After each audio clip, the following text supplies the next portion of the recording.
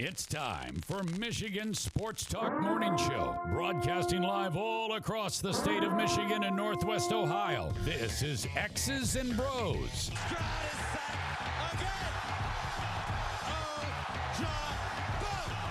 Swings it out to Sadiq Bey. Defended in the corner!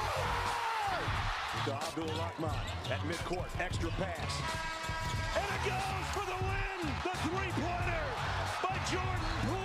Here's the give. Walker! Kenneth Walker! Touchdown! Spotty! Goff's got it. Back. Looks. Throws. Ends up. Yes! Caught! Touchdown Detroit Lions! They did it! Amon-Ra St. Brown in the receiving end! Sends one to deep left center field. Back it goes, and that ball's out of here. A grand slam from Miguel Cabrera. He's got 2 goals. Larkin in on goal. Scores! His first career hat trick in his 7th season for Dylan Larkin. Here's your host, Anthony Bellino.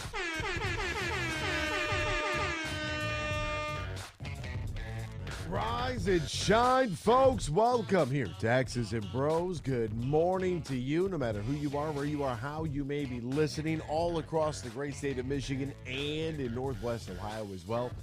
From Traverse City down to the Glass City, GR to the Motor City, we say good morning to you. We welcome you. We thank you. We appreciate you. And of course, we encourage you. Join the program at any time. You can text the keyword Sports Radio. Send that to 21,000 Sports Radio to 21000. Meyer Supercenter guest line 248-951-2176, 248-951-2176. We're on Twitter at XB Mornings, Facebook, X's and Bros.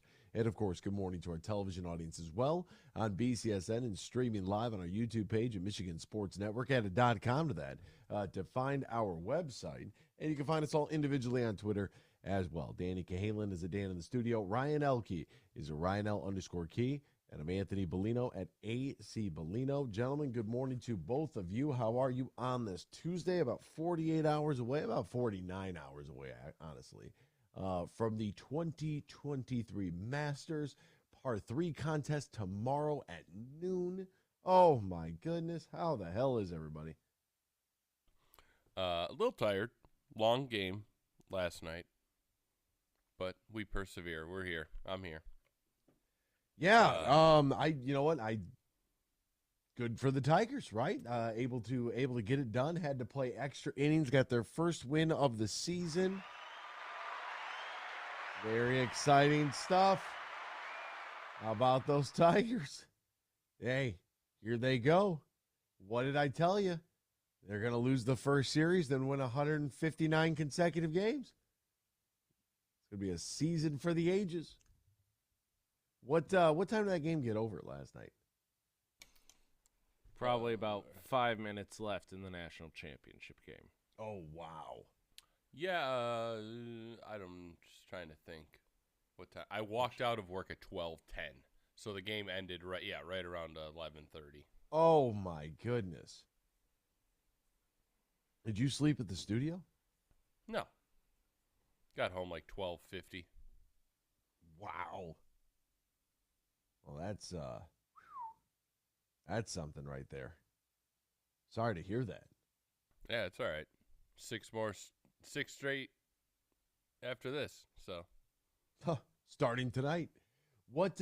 When did the 9th inning end? Do you know? It was literally like 11:28, I think, officially, something like that. Is when the 9th ended? Oh, the 9th. Oh, I didn't. Yeah, I'm not sure about that. Gotcha. The extra innings, they went quick because, guys are trying to move the dude over from second, and you're either going to or you're not, or the guy's going to get picked off or something, So the extra innings usually go pretty quick. I mean, and the Tigers, they're not the most patient team, so yeah, I like the extra innings. I like the rules. I like the way it was set up. It's good. We don't need to be there, blowing through the entire bullpen's arm in the course of one regular season game. So I know a lot of people have argued with me about that. It's the smartest thing. It's the second smartest thing they've done, along with the pitch clock. But being able to hey, look, you took it into extras. We got to find a way to speed this thing around, get this thing going. Then that's fantastic. So we'll talk more about the Tigers, the men's basketball and national championship last night with UConn defeating San Diego. Wins the first title since 2014, their fifth title in program history. That's tied for the most all time. UConn did exactly what I needed them to do. They needed to look dominant in the first half so I could turn my television off and pass out with relative confidence that I would know the outcome of the basketball game. That's exactly what they. What was the tip-off time last night? 9:28 or something stupid? 4 a.m. They actually just finished. So. Unbelievable.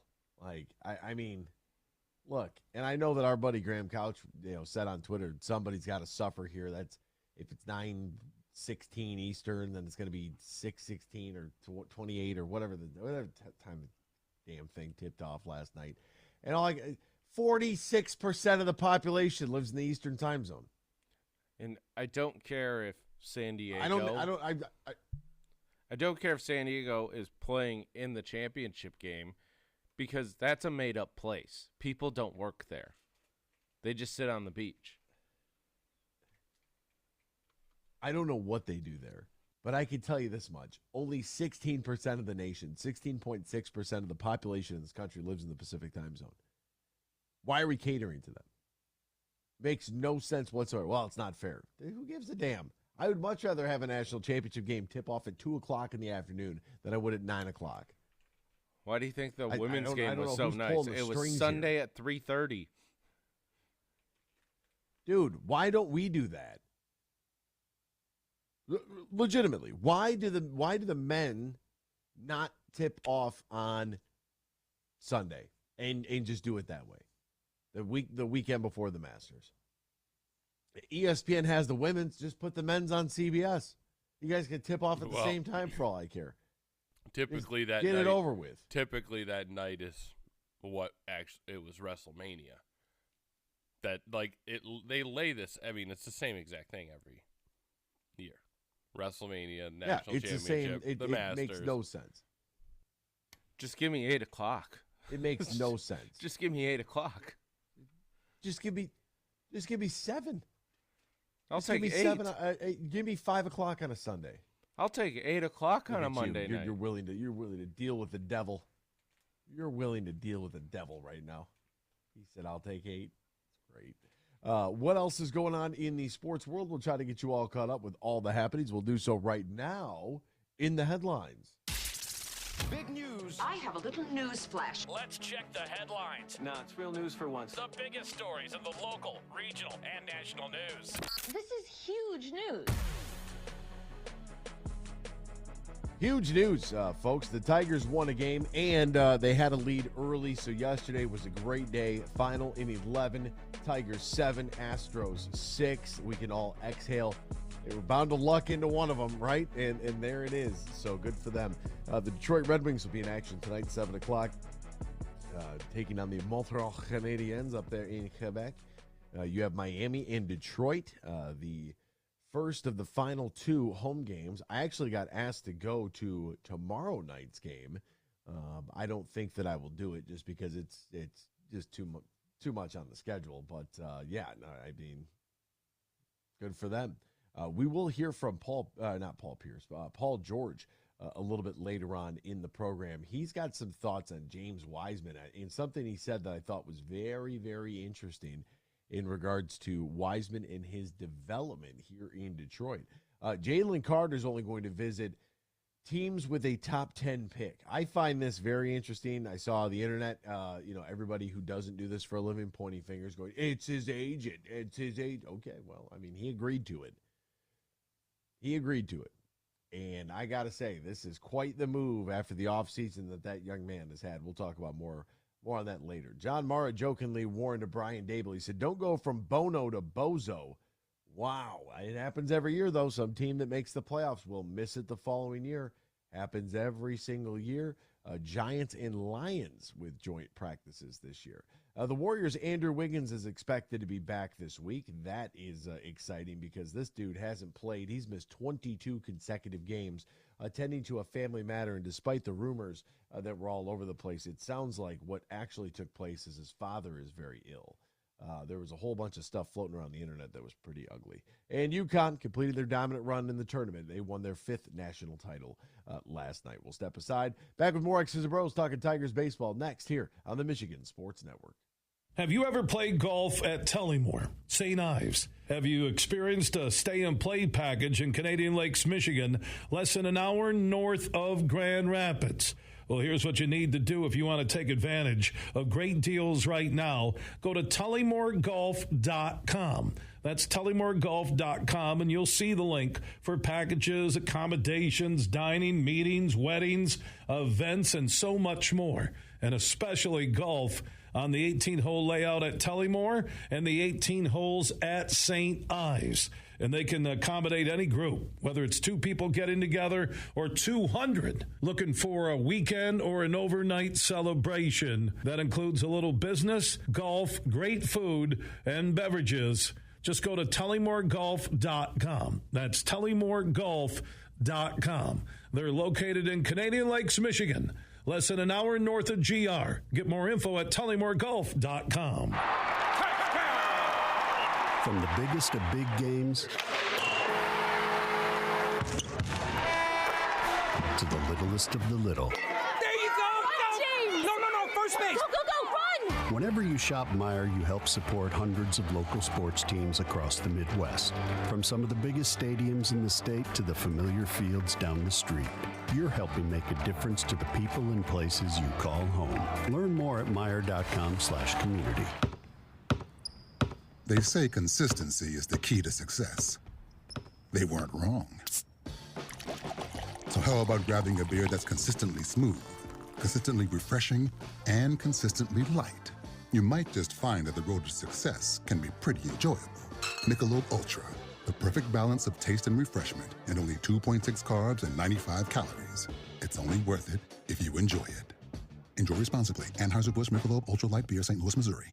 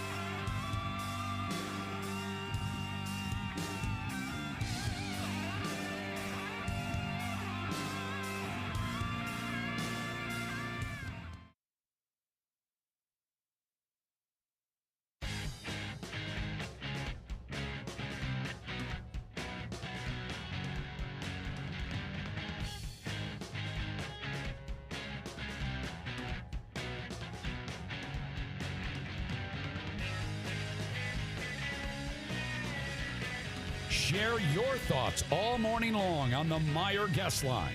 Call 248-951-2176. That's 248-951-2176. Now, back to Danny, Ryan, and AB. In the air, deep left field. Way back. That ball is out of here. Riley Green with a solo blast to push the Tigers back in front. Muscling up for his first homer of the season. Oh, man, Riley Green. How about him? Matt Shepard, our good buddy Shep on the call. I mean, that one's still in the air. Is it still going? It didn't. The cameras didn't catch where it landed. That's it. It landed so high on the wall. Is it in orbit, or do we not believe in that thing as a show? That's good. Well played there. I mean, you could kind of tell that. I think everybody kind of lost it midair, but he absolutely drilled it. And good for Riley Green as the Tigers pick up their first victory of the season. How about that?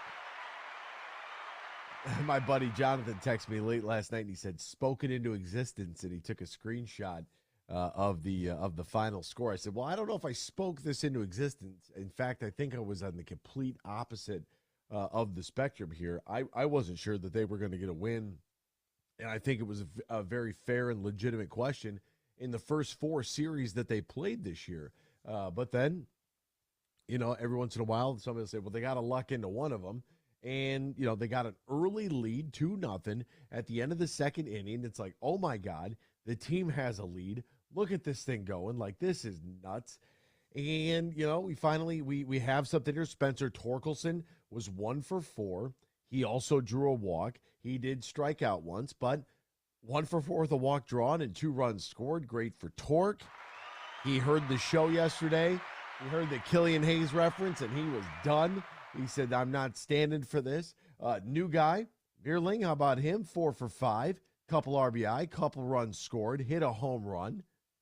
Like that was a nice. Made a great play in right field. I think it was bases loaded, sliding, like semi-diving catch. He's impressed. The McKinstry kid that they just traded for, we'll see. Fire up.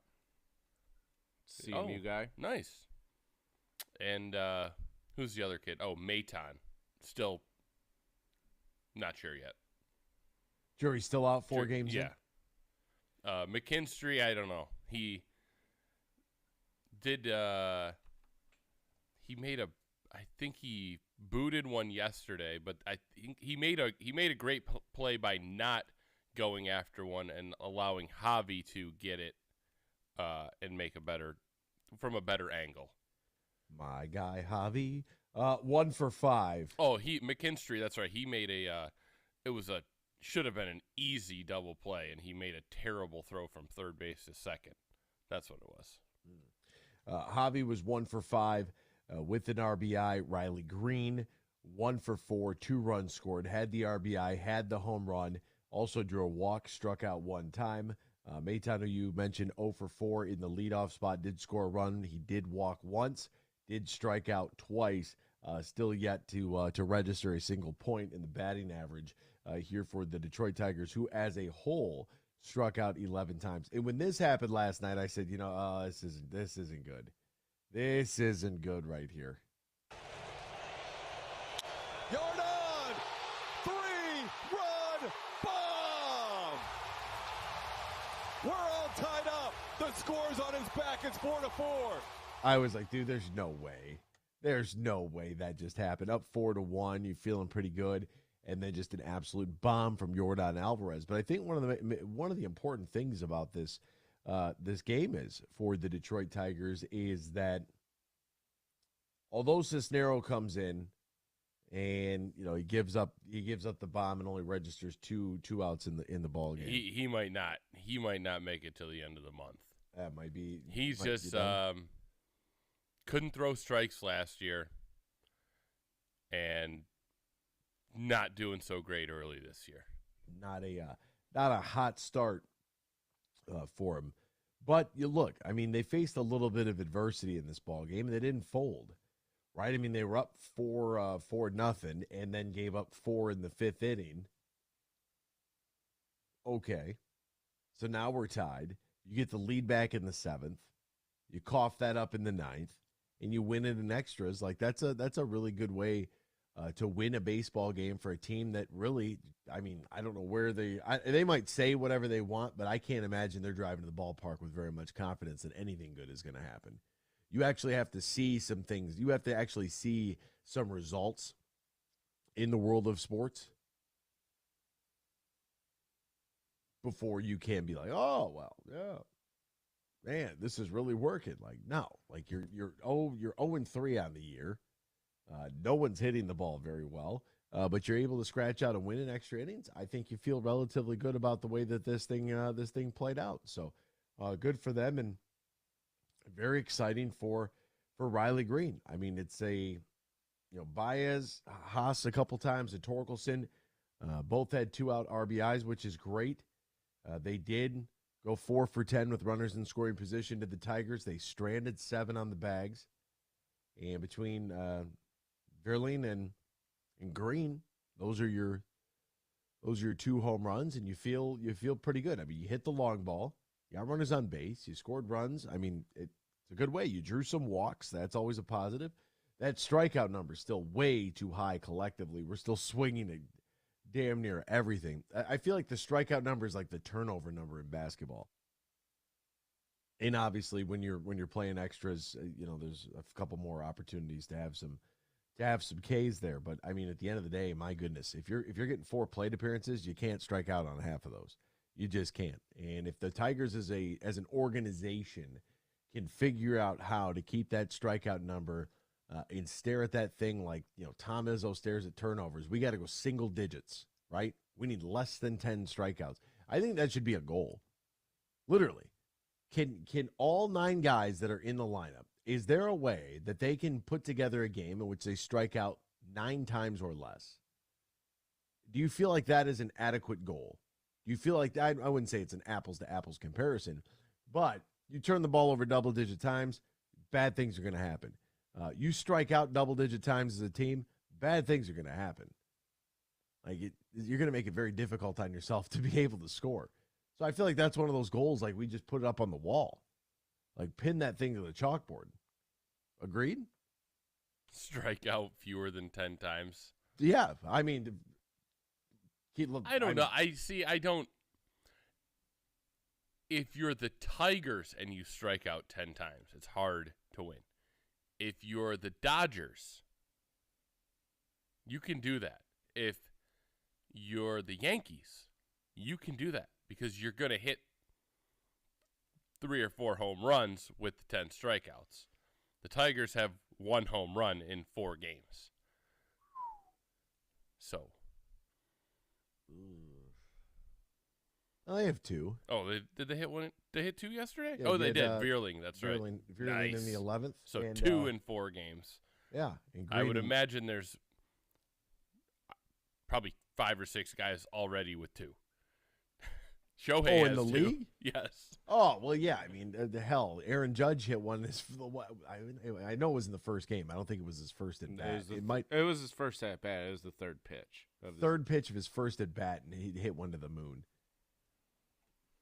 So, I mean, yeah, it's going to happen. But I really do feel like, hey, that's a good goal for the Tigers. Less than double-digit strikeouts. I think that would be an improvement. All right, we're going to step aside. Men's basketball national championship was last night. We'll recap it next year on X's and Bros on the Michigan Sports Network. Huge here for my good friend Tom Rosenbach and his team at Bean Carter. They're one of America's top accounting and business firms. They're based in downtown Grand Rapids, and now they're stronger than ever before with their new partnership with Dorn Mayhew. Now, Dorn Mayhew is an east side firm. Now you get the west side of Michigan with Bean Carter, and whether you're a small business or big business, they can handle all of your accounting and business needs at Bean Carter. Just go to BeanCarter.com. That is BeanEnerger.com. And I mentioned with their new partnership with Dorn Mayhew, they cover all of Michigan, the Midwest, and coast to coast. Find out how the pros at Bean Garter can help your business today. Go to BeanCarter.com. That is BeanEnerger.com. And I know Tom Rosenbach and his team are so happy about their new partnership with Dorn Mayhew. The 1-2. Right side, there it is! Hey, sports fans, here's a hanging curveball that you can knock out of the ballpark. This is Matt Shepard, the voice of Detroit baseball, inviting you to step up to the plate at Eagle Casino and Sports, the mobile sports book where you can bet on all your favorites all year round, including, of course, our national pastime.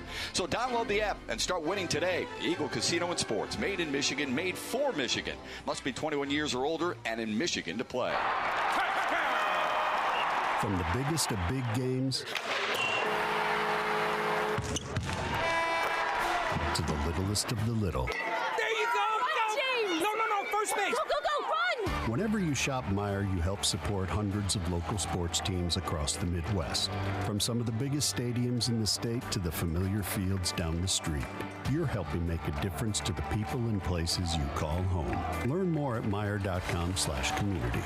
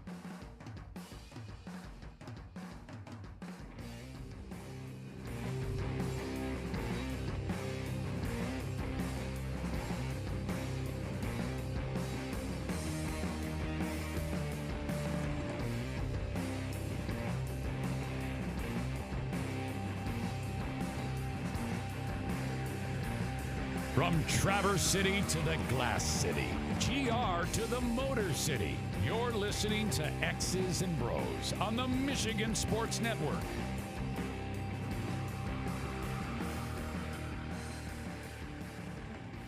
Welcome back here to X's and Bros, Michigan Sports Network. Great to have you riding along with us, no matter who you are, where you are, how you may be listening, all across the great state of Michigan and in Northwest Ohio as well. It's great to have you with us, no matter who you are, where you are, how you may be listening, all across the great state of Michigan and in Northwest Ohio, as well as the national championship game was last night in college basketball. UConn, they have done it again. Their 5th national championship. Congratulations to the Connecticut Huskies, who absolutely dominated this tournament. They were the best team throughout the course of the tournament. They did it again, 76-59, and never really felt close. I mean, when you got your coach talking about it going to the halftime break about how they should have been up 20, that's crazy. The Huskies have now won 5 national titles in the last 24 years with 3 different coaches. Calhoun in 99, 04, and 11, Kevin Ollie in 2014, and now Coach Hurley. I mean, one of the premier the last premier 3 programs. coaches UConn has had all won a title. That's pretty crazy. There's been no drop off at all since their first title. Well, amazing. You remember the Kevin Ollie years, like that title came out of nowhere, and then they weren't a good program. Like when Dan Hurley took over, UConn was not in a good spot. Ebbs and flows, but the fact that you're able to rebound to get to that level again, and to not only get to that level, I mean, you're talking about blowing the doors off of everybody. Like, they won their 6 NCAA tournament games by an average of 20 points per game. That's the 4th largest average win margin since the field expanded to 64. The 96 Kentucky team won by 21.5 points. 2016 Villanova won by 20.7. 2009 UNC won by 20.2. And then there's UConn at 20 points. Like, it wasn't every game, every matchup they had. Just wiped. And UConn, they're the 5th team since 1985 to win all tournament games by double digits. And it's their record this year. They were 31-8. They didn't lose to a non-conference team. Wow. Didn't lose to a non-conference team? Yeah, all their losses were to Big East teams. They were 13-7 in Big East the regular season and lost their 8th game in the Big East tournament. That's incredible. That's incredible. I like the picture that Dan sent in honor of it being Jim Nance's stats person for the first 2 Final Fours below. Jim and Billy Packard doing their opening before the 92 title game in the Metrodome. Fred Couples, Jim's golf teammate at Houston, was our runner. He won the Masters the following Sunday. How crazy is that? You know, a lot of people aren't very, maybe they didn't know that Fred Couples was his college roommate. But I saw that being talked about and brought up on Twitter. I was looking for, Ryan, I was looking for that soundbite. Send it to your text messages. On the text messages? Yeah. Oh, man. Mark Titus had it, and it was Jim Nance's goodbye. He's still going to work football, and he's still going to be doing golf. But Thank goodness. Yeah? I mean, we can't have the Masters without Jim, so I mean, so who's gonna just cancel it after who's gonna be the guy then for hoops? It's got to be Kevin Harlan, right? No, it's Ian Eagle. No way. Yeah. Already? Wow, I didn't know they already chose that. Why would they not use Kevin Harlan? I don't know. Dude, why do they not do this anymore? Yeah, like what? Kevin Harlan is one of the best, but a very underrated broadcast team of the tournament always is Brian Anderson and Jimmy Jackson with Allie LaForce doing sideline. Like that's my favorite, group throughout the tournament. Really? Yeah. Well, Brian Anderson has a great voice. Like, I think it stinks when you're like the third best tournament team, but like because you do have Kevin Harlan on games, and when Jim Nance gets on it, it's a big game. But yeah, Brian Anderson and Jim Jackson to me are just like, I don't have to worry about the announcers.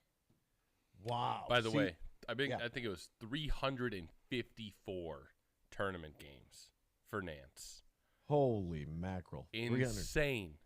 That's a crazy amount, but he just wanted some more free time. And I get it, man. I get it. Sometimes you got to say goodbye, and that he's not giving up that NFL check. Well, plus this is like just a long month. I mean, you have 3 weekends you're gone calling college hoops, and then an entire week of golf. It's like, that's just brutal for a young person. Yeah, I mean, I get to see Jason Ross, one of the young up-and-comers in the broadcast field. He's on Big Ten Network. He got to call Elite Eight games for ESPN. Like, it pretty incredible stuff what he's been able to accomplish at such a young age. And he's a Michigander, and his mom makes great spaghetti. So there you go. But, Ross was telling me that he was doing a Michigan women's game, and I said, are you like, are they basically, do they pin you like to a region? Like, you have basically like Big Ten country. And he said, I did, but I have to fly. He's like, I'm driving to my mom's house. I'm going to have spaghetti tonight. Then I'm going to drive to the airport tomorrow because I have to fly to the West Coast. I got a couple Pac-12 games this week. So he's like, so I'm branching out a little bit. And I was like, well, good for you. That's incredible. Like I said, he's got the voice. He's got the sound. I mean, you look at him and you're like, there's no way you sound like you do, but he's fantastic. He is. There's like, you hear his voice and you're like, dude, this guy's got to be like 50. And it's like, this guy's like 15. This is incredible. It's just one of those things that it just kind of hits you. And yeah, he's a string bean superstar, but he sounds like he sounds like he's 6'8", 280. Yeah, that's what he sounds like. Yeah. I'm 6'8", 280. Like if you just heard his voice in a bar, you would immediately think like Roadhouse. You're shifting your stool a little bit. You're going to get in position. You got to be able to get up out of it. You're looking around. You're checking your surroundings. You know what I'm saying? Making sure Dalton's not behind you. Oh, just Jason. What's up, guys? How are you? Here is the final call there at the end of the game. One thing I learned through all of this is everybody has a dream, and everybody has a story to tell. Just try to find that story. Be kind. You told it better than most, let me tell you. Can I tell you one other thing? I mean this, not to try to play off fellow friends, but to you, everybody in the college game, on CBS Family, my family, all the viewers, thank you for being my friend.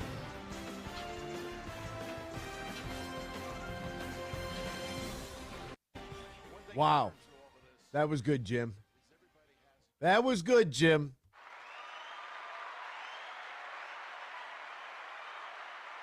The tears came at the perfect time. It couldn't have been any better. That poor guy was probably trying to just holding out as long as he could.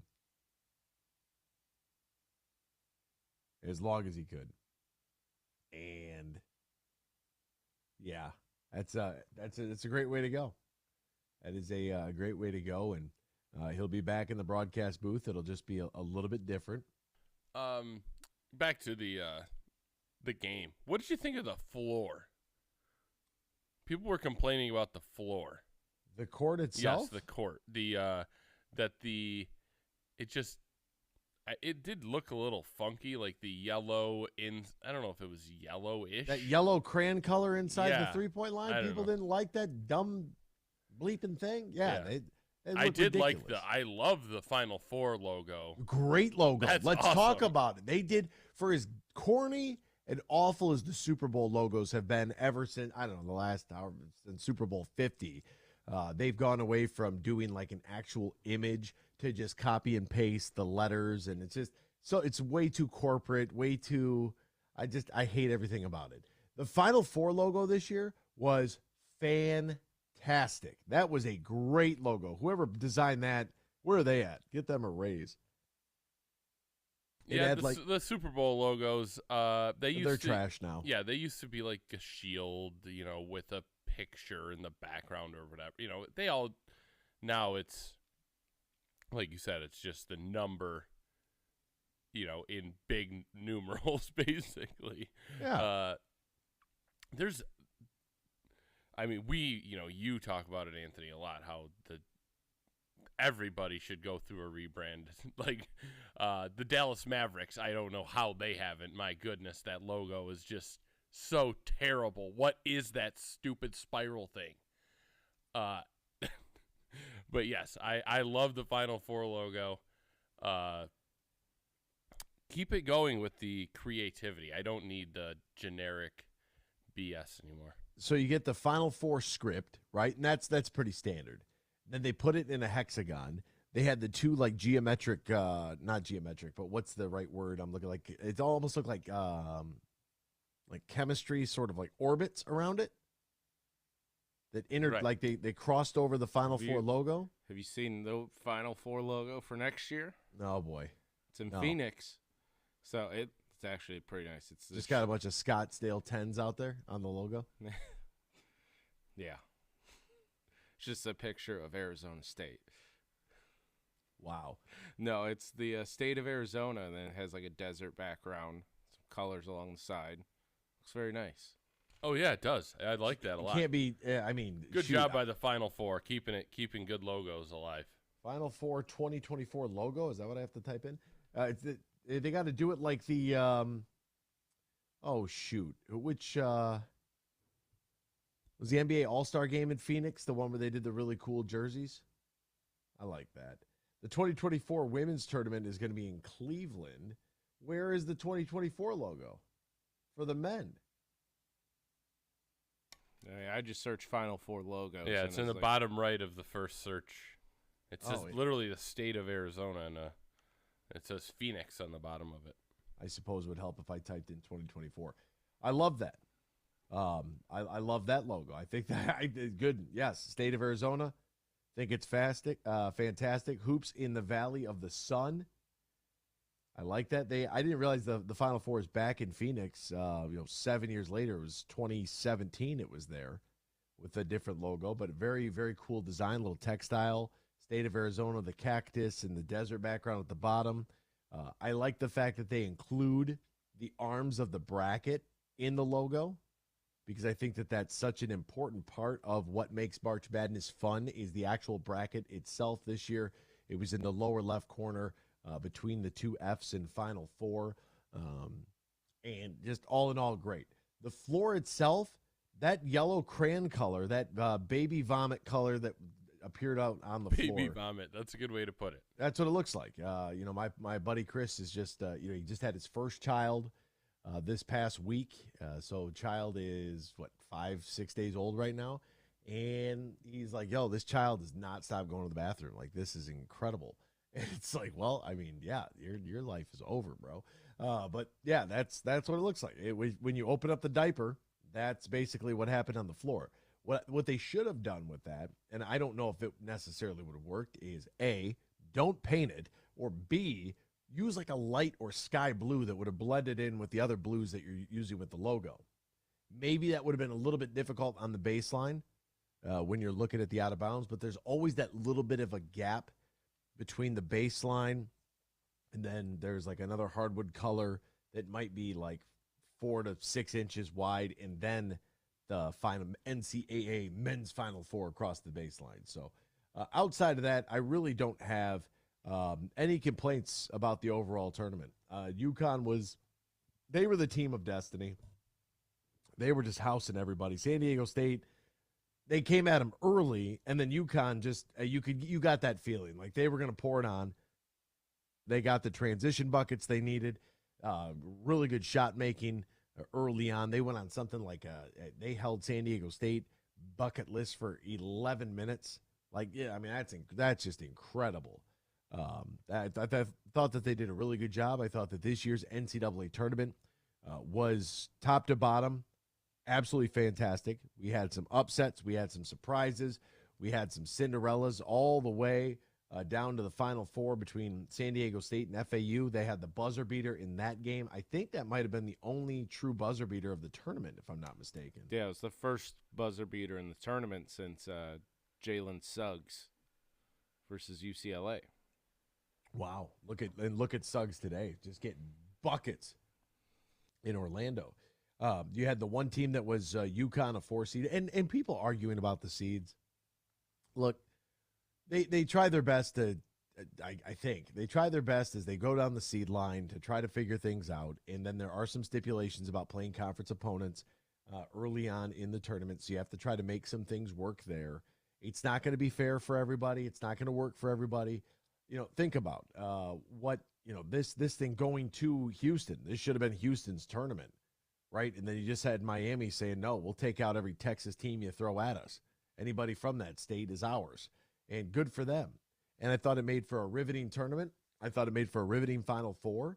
And I was good with the national championship game last night. I have zero complaints whatsoever about the tournament. There's an adjustment that I would like to make, one of which is do not even think ever again about expanding this tournament. You keep it right where it's at.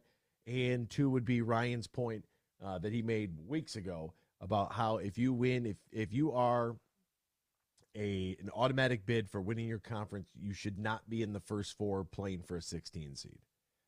Make those changes, and we can be good with it.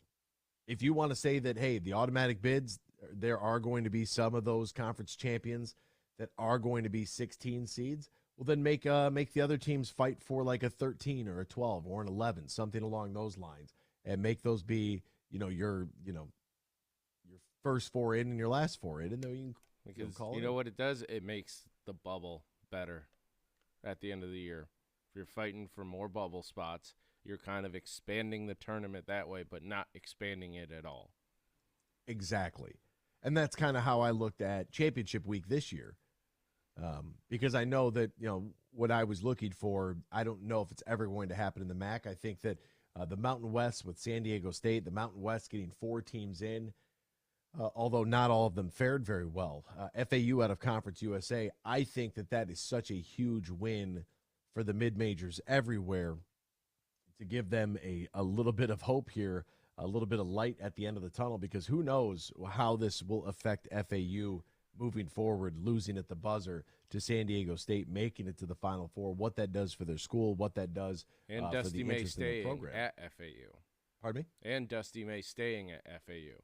Big. Because you've proved that you can do it where you're at. We'll step aside. We'll come back. Hour number 2, X's and Bros, next here, Michigan Sports Network. Huge here for my good friend Tom Rosenbach and his team at Bean Carter. They're one of America's top accounting and business firms. They're based in downtown Grand Rapids, and now they're stronger than ever before with their new partnership with Dorn Mayhew.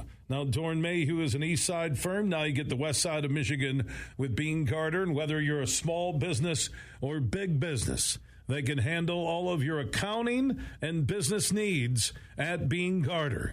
Just go to beancarter.com. That is BEENEGARTER.com.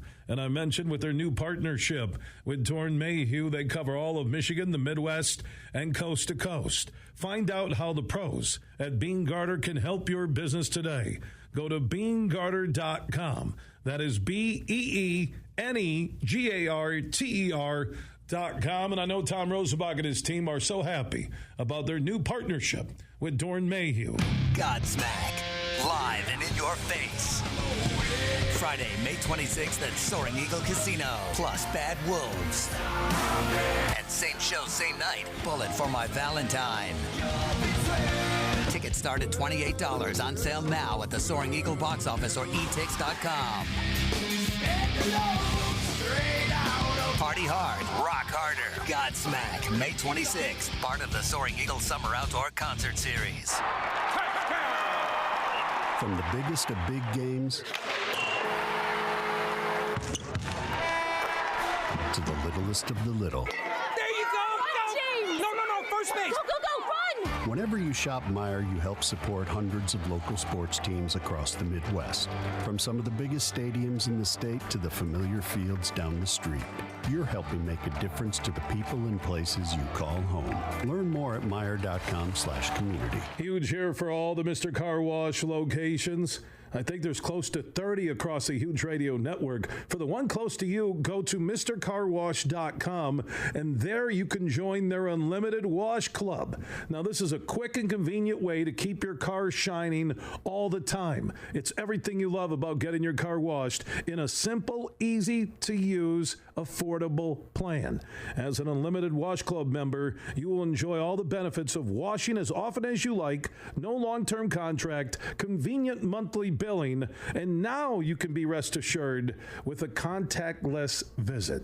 So go to MrCarWash.com right now, sign up for their Unlimited Wash Club Pass, and that means you can get your car washed at any Mr. Car Wash location across the Huge Radio Network or anywhere in America. And for the location close to you across the Huge Radio Network, you can also log on to MrCarWash.com.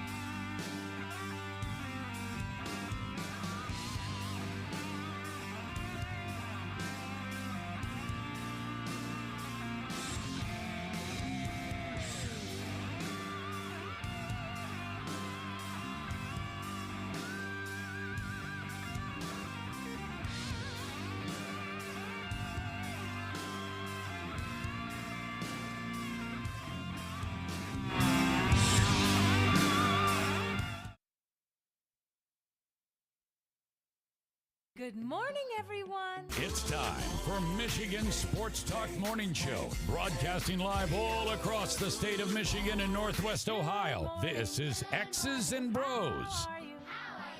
Good morning.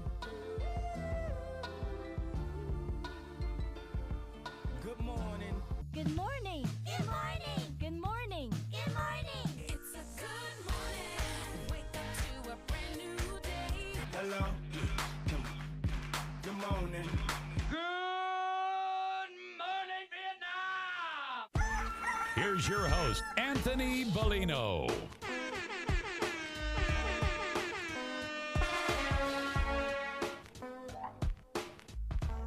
Rise and shine, folks. Welcome back here to X's and Bros on the Michigan Sports Network. Danny Cahalan, Ryan Elke, Anthony Bellino, all joining you. Thank you for joining us, no matter who you are, where you are, how you may be listening, all across the great state of Michigan and in Northwest Ohio as well. From Traverse City down to the Glass City, GR to the Motor City, we say good morning to you. We welcome you. We thank you. We appreciate you. And of course, we encourage you. Join the program at any time. You can text the keyword sports radio. Send that to 21,000 sports radio to 21000. Our Meyer Supercenter guest line 248-951-2176, 248-951-2176.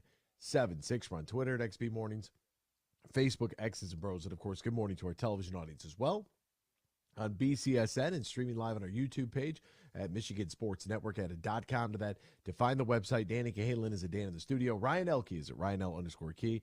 And I'm Anthony Bellino at AC Bellino. Guys, I just realized this. By the way, I saw this last night with Connecticut winning the national championship. His cousin is Angel Reese. How about that? So both Jordan Hawkins and Angel Reese, national champions in the same season in the same sport. Pretty impressive. I also do enjoy the name the Bayou Barbie. I think that's pretty good. Now let's I saw this morning too. There's no way that this is legitimate, but yes, it is. Jill Biden, the first lady, wants LSU and Iowa both at the White House. Fight night at the White House. Yeah, I don't think she meant like at the same time. I don't give a rat's I think ass. she wants to fight. She wants backyard boxing.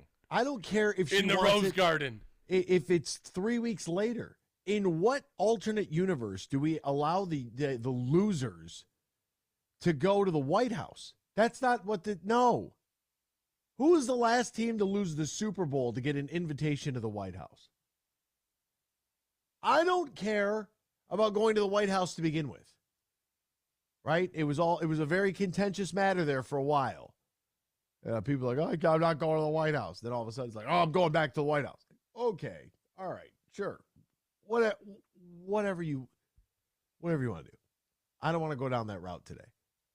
I'll go down one part of that route. People ragged Donald Trump when he gave Clemson that fast food spread. If I was a college athlete, that's 100% what I want. You don't think they asked, like, hey, what do you guys want to eat? I don't know if they asked, but you're just like, hey, I'm going to give you guys this. If I was a college athlete that just got done with my season, you know what I want to eat? All the junk food in the world. Everything that's on that table, probably. Yeah. Quote, I know we'll have the champions come to the White House. We always do. So we hope LSU will come. But, I'm going to tell Joe, I think Iowa should come too because they played such a good game. Get out of here. Okay. Hey, Anthony, I know what? Jill Biden is a school teacher. Okay. First of all, it's Dr. Jill Biden. I'm sorry. But she's a school teacher. She teaches small children. Sure as hell doesn't teach economics. She wants it to. She likes the equality aspect of it. But that's the problem. So I saw that. What is this? North Carolina? I think it might be the state of North Carolina. There's a bill out there right now to ban any trophy that is handed out for participation in a sport. That's the level of stupid that we've gotten to, that we have to put a bill in place to make sure that only the winners get the trophy. to help young people be able to deal with the fact that, yes, that you're going to fail at some point. It's going to happen. Like, there's no, like, your snowplow parents, that it doesn't, like, you're not going to be able to clear every obstacle for your children. They need to lose. They need to learn how to lose. Also, the age of those people probably putting in the bill were the ones that were probably handing out the participation trophies. So the irony there is just fantastic. Yeah, they're about 70. They're about 70 now. 30 years ago, when the participation trophies were around, their kids were the ones getting them. There's no way. There's no way. The guy looks like he's 50. There's no way he's my dad's age. He's got all his hair. Your dad was a Marine and a cop, Anthony, and he raised you, so pretty stressful living.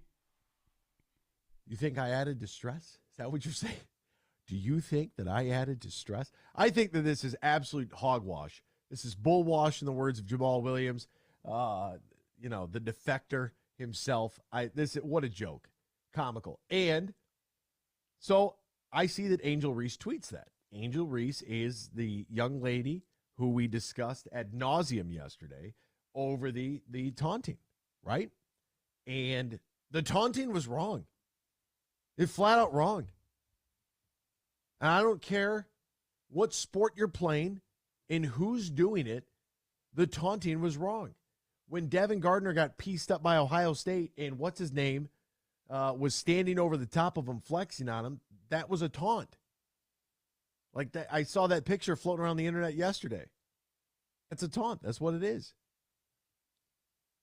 You know, when the game is over and you have your own personal time, if you're running off the court and you're yelling to your fans, and like I said, you want to hop on the scorer's table and do the Kobe because it's over, by all means, go celebrate however you want. I don't need you to go through the handshake line.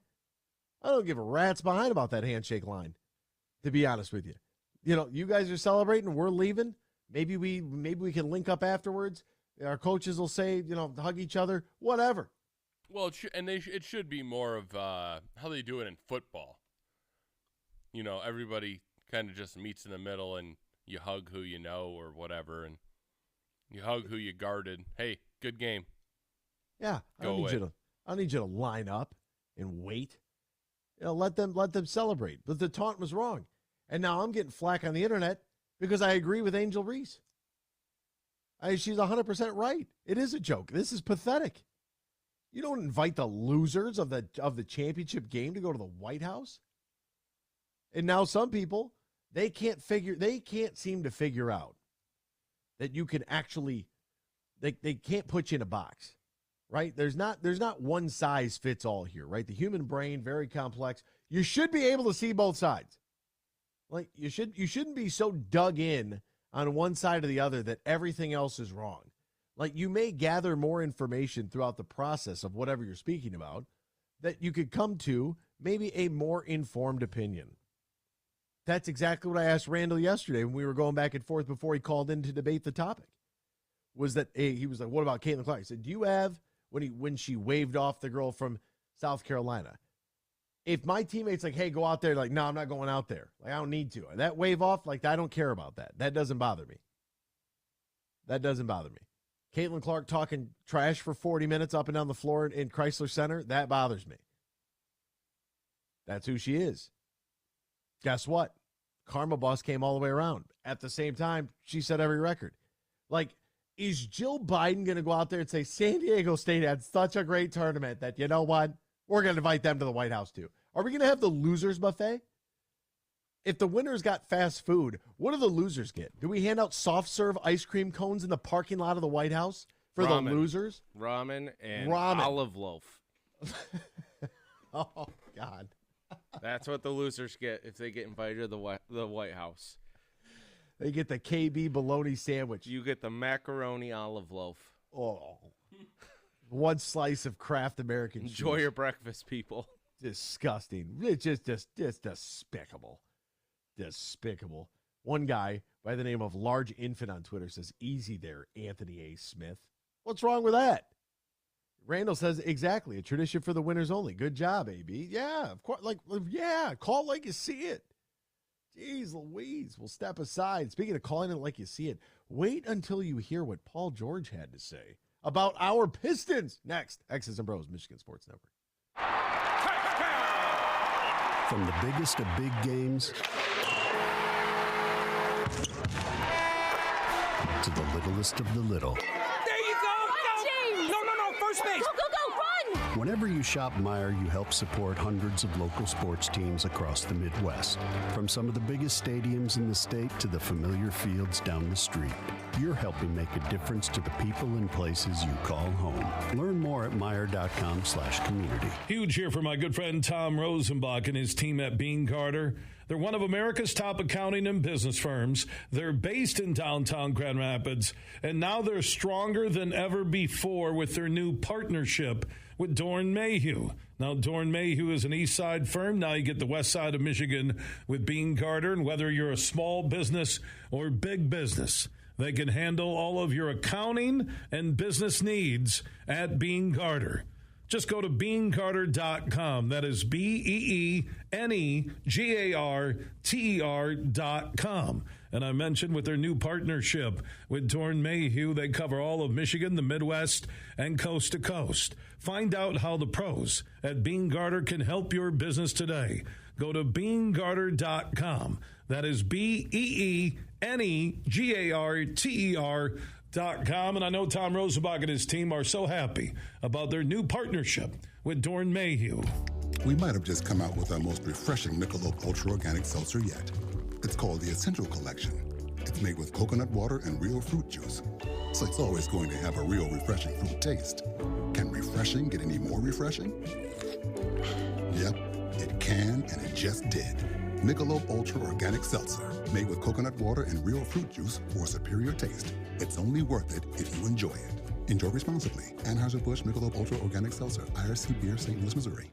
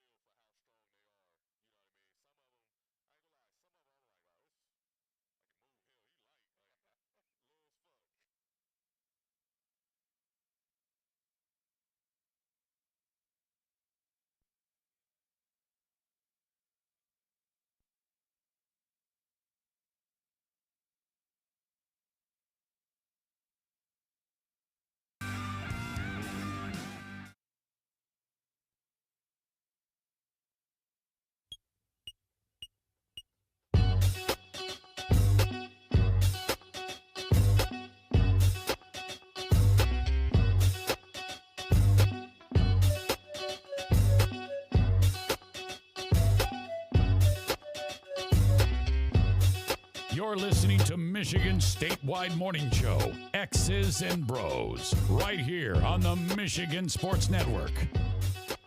Welcome back here to X's and Bros. Man, what a song. Danny Cahalan playing all your favorite hits from yesteryear. It's like the free ride at 5 right now with pushing fingers. All right, let's get to it. It is hour 2. It is segment 2, which means it's time for...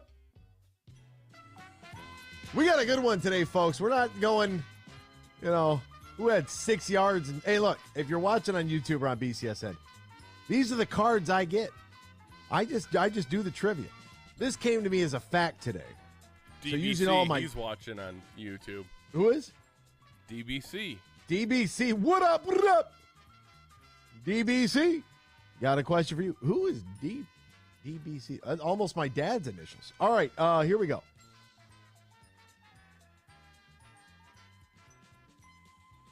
Is your dad DBC? Don't even say it. You don't even say it. DBC? Should I send him a Twitter message and ask him, hey, is this your YouTube username? Wait a minute. Is my dad? Is he like Kevin Durant? Does he have a burner on YouTube? That's crazy. All right, here's the question. The Lions set an NFL record that stood for almost 40 years. 40. When they rushed for 100-plus yards. In how many consecutive regular season games from 1935 until 1939? 1939. What am I, Daffy Duck all of a sudden? Suck attack. Jeez Louise. That was nice. Thank you. Thank you. Thank you. The Lions set an NFL record that stood for almost 40 years when they rushed for 100-plus yards in how many consecutive regular season games from the year 1935 until 1939? 47. Ryan, do you have a shot in the dark? 70. Damn. I'm going every game. The correct answer is actually 38. 38. 47, not too bad. I mean, I didn't know how many games a year they played, so had to be between 10 and 12, I would have imagined. I mean, 1935, were they the Lions or were the Portsmouth Spartans at that point? No, 35 was their first year here, right? First year, right around there. Huh. Look at us. Well, they won 35, 45. Might have been. Was it 35, 43, 45? I'm not sure. Well, Lions championships? Yes. That's a good question. They played 12 games back in 1935. I was assuming 14. So 35, 52, 53, and 57. I like how all of that's conveniently left out by so many haters. But at the same time, in college football, if somebody wins a national championship in 54, it's like, oh, it was a national championship in 54. It's like, oh, okay, well, so that applies here. We just haven't been in the Super Bowl. But it's not like we don't have championship pedigree here in Detroit. Yeah, this is a very, by the way, we got a really nice message here from Ron. Ron said, arguably one of the best shows I've been listening to. Great show, guys. Lots of intensity. I got a good intensity joke. I'm going to save it, though, because it's a family-friendly show. We don't need to hear about that at 7:22. I also got a great message yesterday. I believe it was about this time, so I'm hoping that we can catch the listener at the same time. I like to do that. Yeah, I like to be able to catch somebody where they're at, in the same time frame, so that hopefully they can hear it if they're on some sort of routine. And so I get this. I get a follow yesterday, and the follower comes in and says, "Hi, Anthony. I do enjoy your show, but see that national anthem? You guys sounded like total doofuses on your morning tirade about the moon landing. Maybe they could take you with so you can get a photo while you are there. Sir, maybe stick to what you guys know. By the way, my fine man, the moon is made of cheese," he goes on to say. Neil Armstrong tasted it. The next mission going there is bringing crackers to try it. Well, if Neil Armstrong tasted it, then we'd already know, but we wouldn't have to try it again. All I'm saying is that I do find it very interesting that we haven't been back since the 60s. Anthony. And Anthony, Dan, not to mention, hey, go ahead. To mention, this time around, they're not landing, okay? They're going there to make sure they can make it there. Because the moon I isn't wonder. like what it was like back in the day. I mean, have you gone to Woodstock since '66, Anthony? I don't think so. I don't go to those kind of. People went to Woodstock 99. DMX performed in front of half the world. Yeah, they went to Woodstock 99 and burned the place to the ground because they ran out of water and food in 12 hours. I mean, look, Darwinism, bro. You got to let people. You got to let it run its course. But anyway, we tried to do it 33 years later. Like, you know what? Not a great idea. Don't need to do it again. You know, what's better than a bunch of hippies having sex out in the woods somewhere? You know, how am I supposed to bunch chip of with that going rock on? teenagers just burning things to the ground. Apparently, how am I that's supposed better. to chip with that going on, Doug? But I didn't look. Dan once brought this to my attention. Right, I have always been. I just assumed that it was. Yeah, we went. Whatever. You stay up late watching the History Channel and National Geographic. You start to learn more. Look, I only believe half of what you see and none of what you hear. That's one all of I'm those, saying is, in 1969, they Yes, sir. landed on the moon. 1972, they allegedly went back. Didn't land. They just went there. Now, 50 years later, they're doing the same exact thing. They're going all the way there, coming back, hanging out for a year, and then going all the way back to land there. You're telling me we haven't figured it out in 50 years that we have to make sure we can get there again? These are all very legitimate questions. I'm not out here trying to be a conspiracy theorist about why we may have lied to get onto the moon. And I'm not doing all that. It's almost like the same exact thing is happening right now, Anthony, isn't it? Huh? Hey, those who forget history tend to repeat it, and we are looking at the Soviets, right? I mean, look, and I don't know if you saw the breaking news coming down the wire, but Finland's going to join NATO. It's a huge issue. I know we're a sports show. We're supposed to stick to sports. I get it. But our geopolitical strife right now is as high as it's been since the Cold War. Did you know that we're actively spending more money right now than throughout the first year of Ukraine? We are spending more average dollars per year than we did over the course of 20 years in Afghanistan. How much money we've poured into the Ukraine.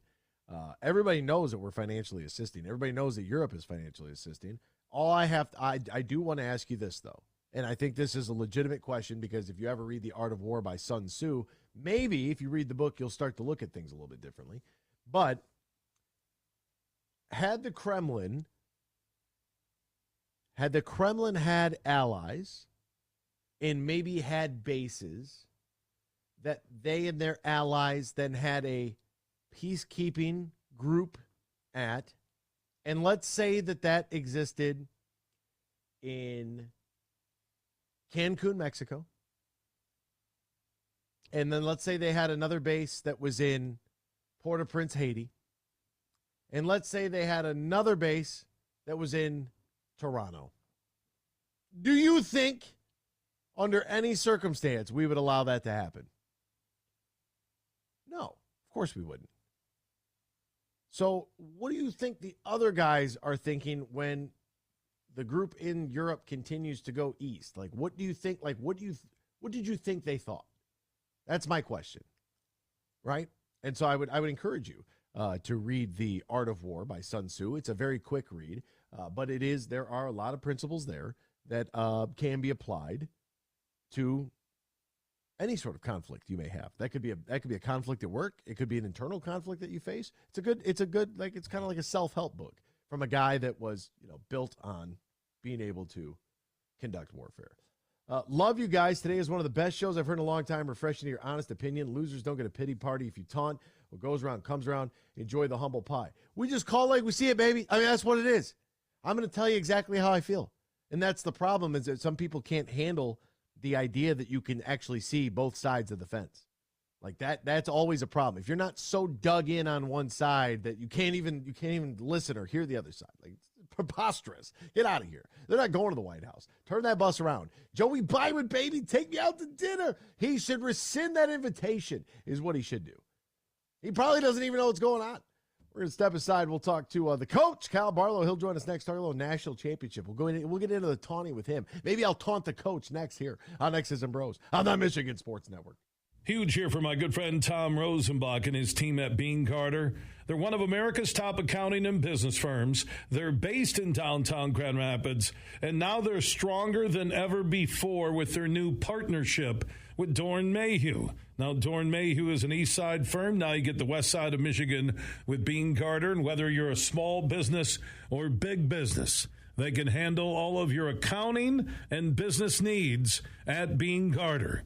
Just go to beancarter.com. That is BEENEGARTER.com.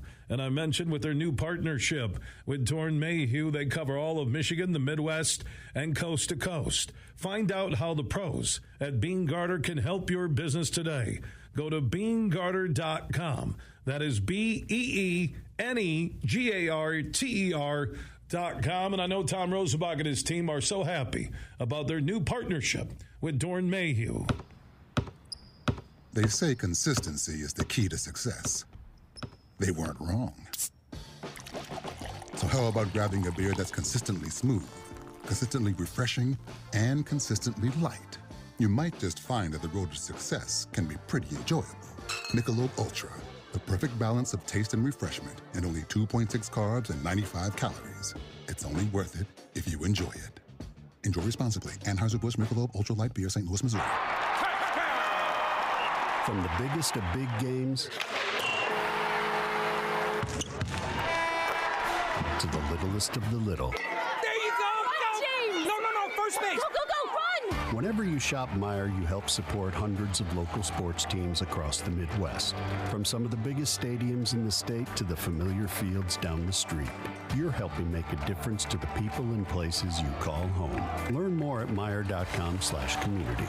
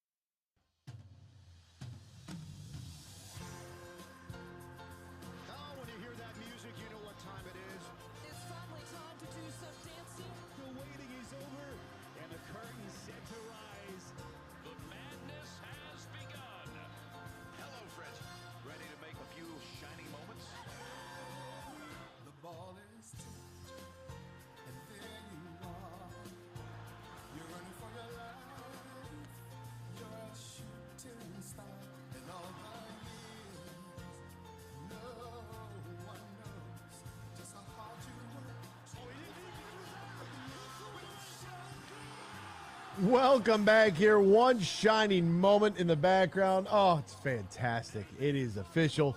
The 2022-23 college basketball season has come to a close with UConn beating San Diego State 76-59, winning their first title since 2014, the fifth title in program history, tied for fourth most all time in NCAA annals, as they like to say. Danny Cahalan, Ryan Elke, Anthony Bellino, all joining you. Join us now. He did his GA years under John Beeline at the University of Michigan. He is a Concordia alum. That's where he played his college shooty hoops. And now he's an assistant for the Ohio Bobcats. Our good friend, the coach, Kyle Barlow. Find him on Twitter at KyleBarlow4.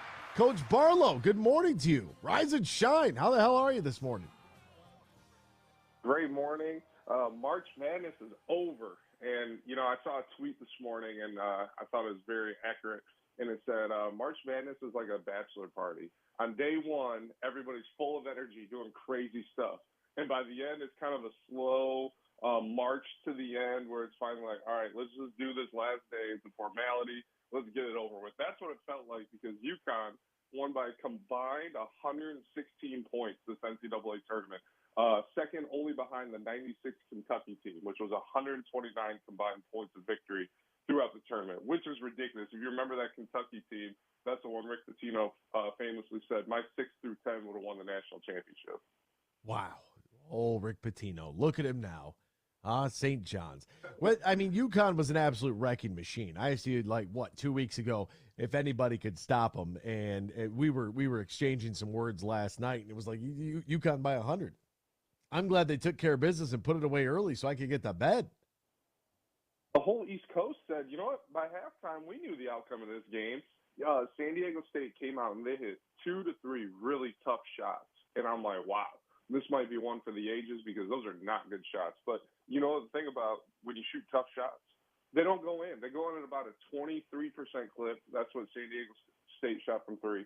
And a 32% clip. That's what they shot from the floor. And then they had 7 assists and 13 turnovers. That right there is not a good game. But I think a lot of the credit, I think all the credit goes to UConn. I don't think San Diego State showed up and just, played a bleep game in the national championship. I think UConn was making them shoot tough shot after tough shot, and that's reflected by the field goal percentage, by the assist and turnover as well. Like, really just a fantastic defensive performance by UConn.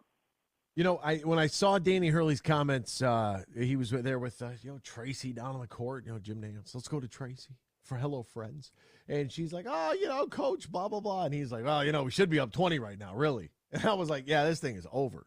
My man is upset that they're not up 20 at halftime of the national championship game. We missed some layups. Like, oh, okay, Coach. But when you look at all right, Miami and UConn, high majors, that right side of the bracket, whatever.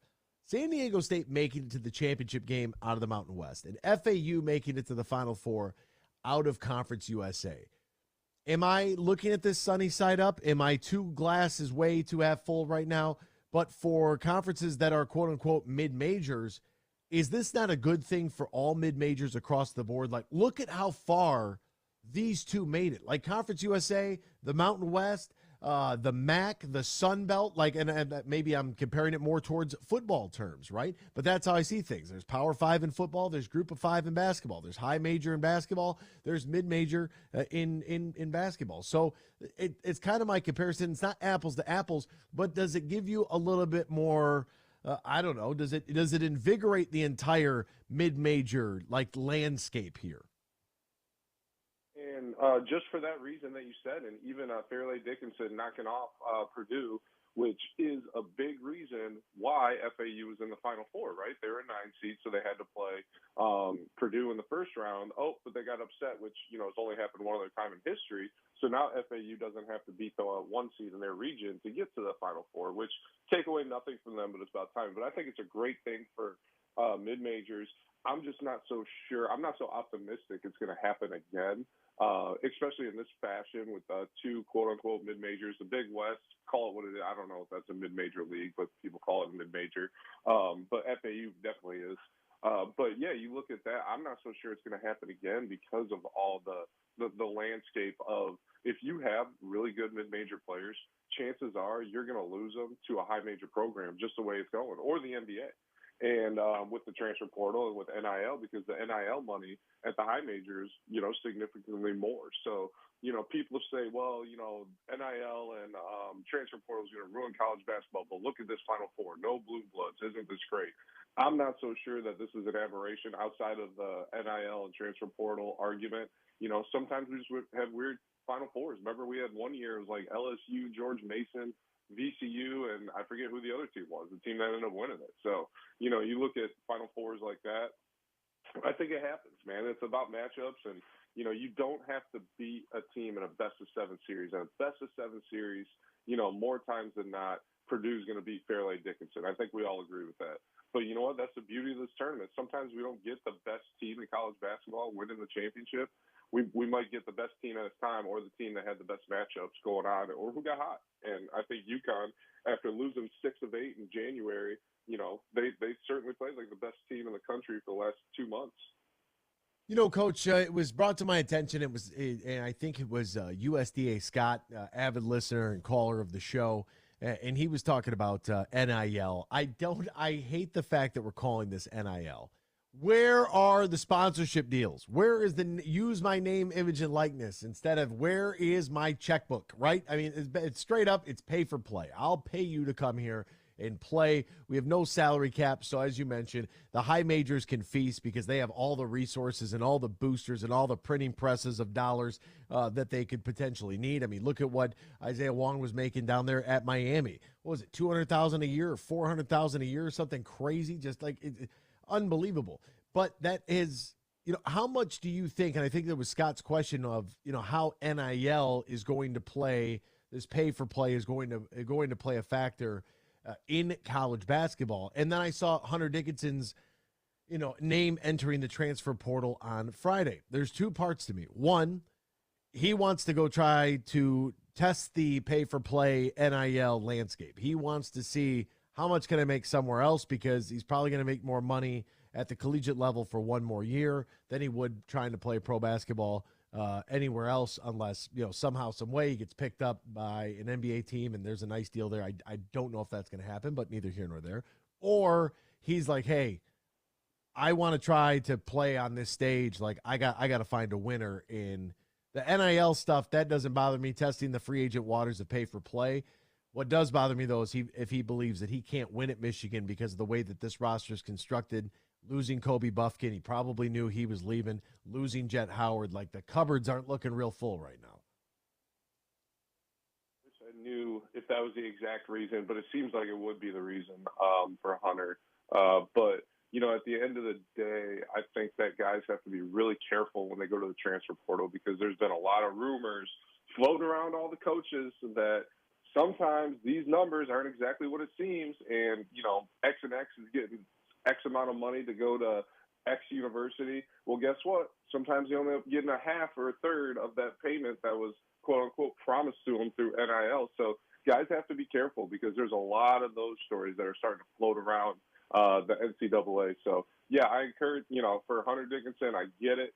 And, let's be honest, 2-time academic, all Big Ten, 2-time All-American in the country, first team, all Big Ten, all that, Sweet 16, Elite 8, so you got to hand it to him. He's done a lot of work at Michigan. And you know what? In the landscape of the way it is right now, he probably deserves the right to go look for, just see what's out there, I guess. Yeah, you test the waters, dip your toe in a little bit. Like, you know what I mean? How concerned?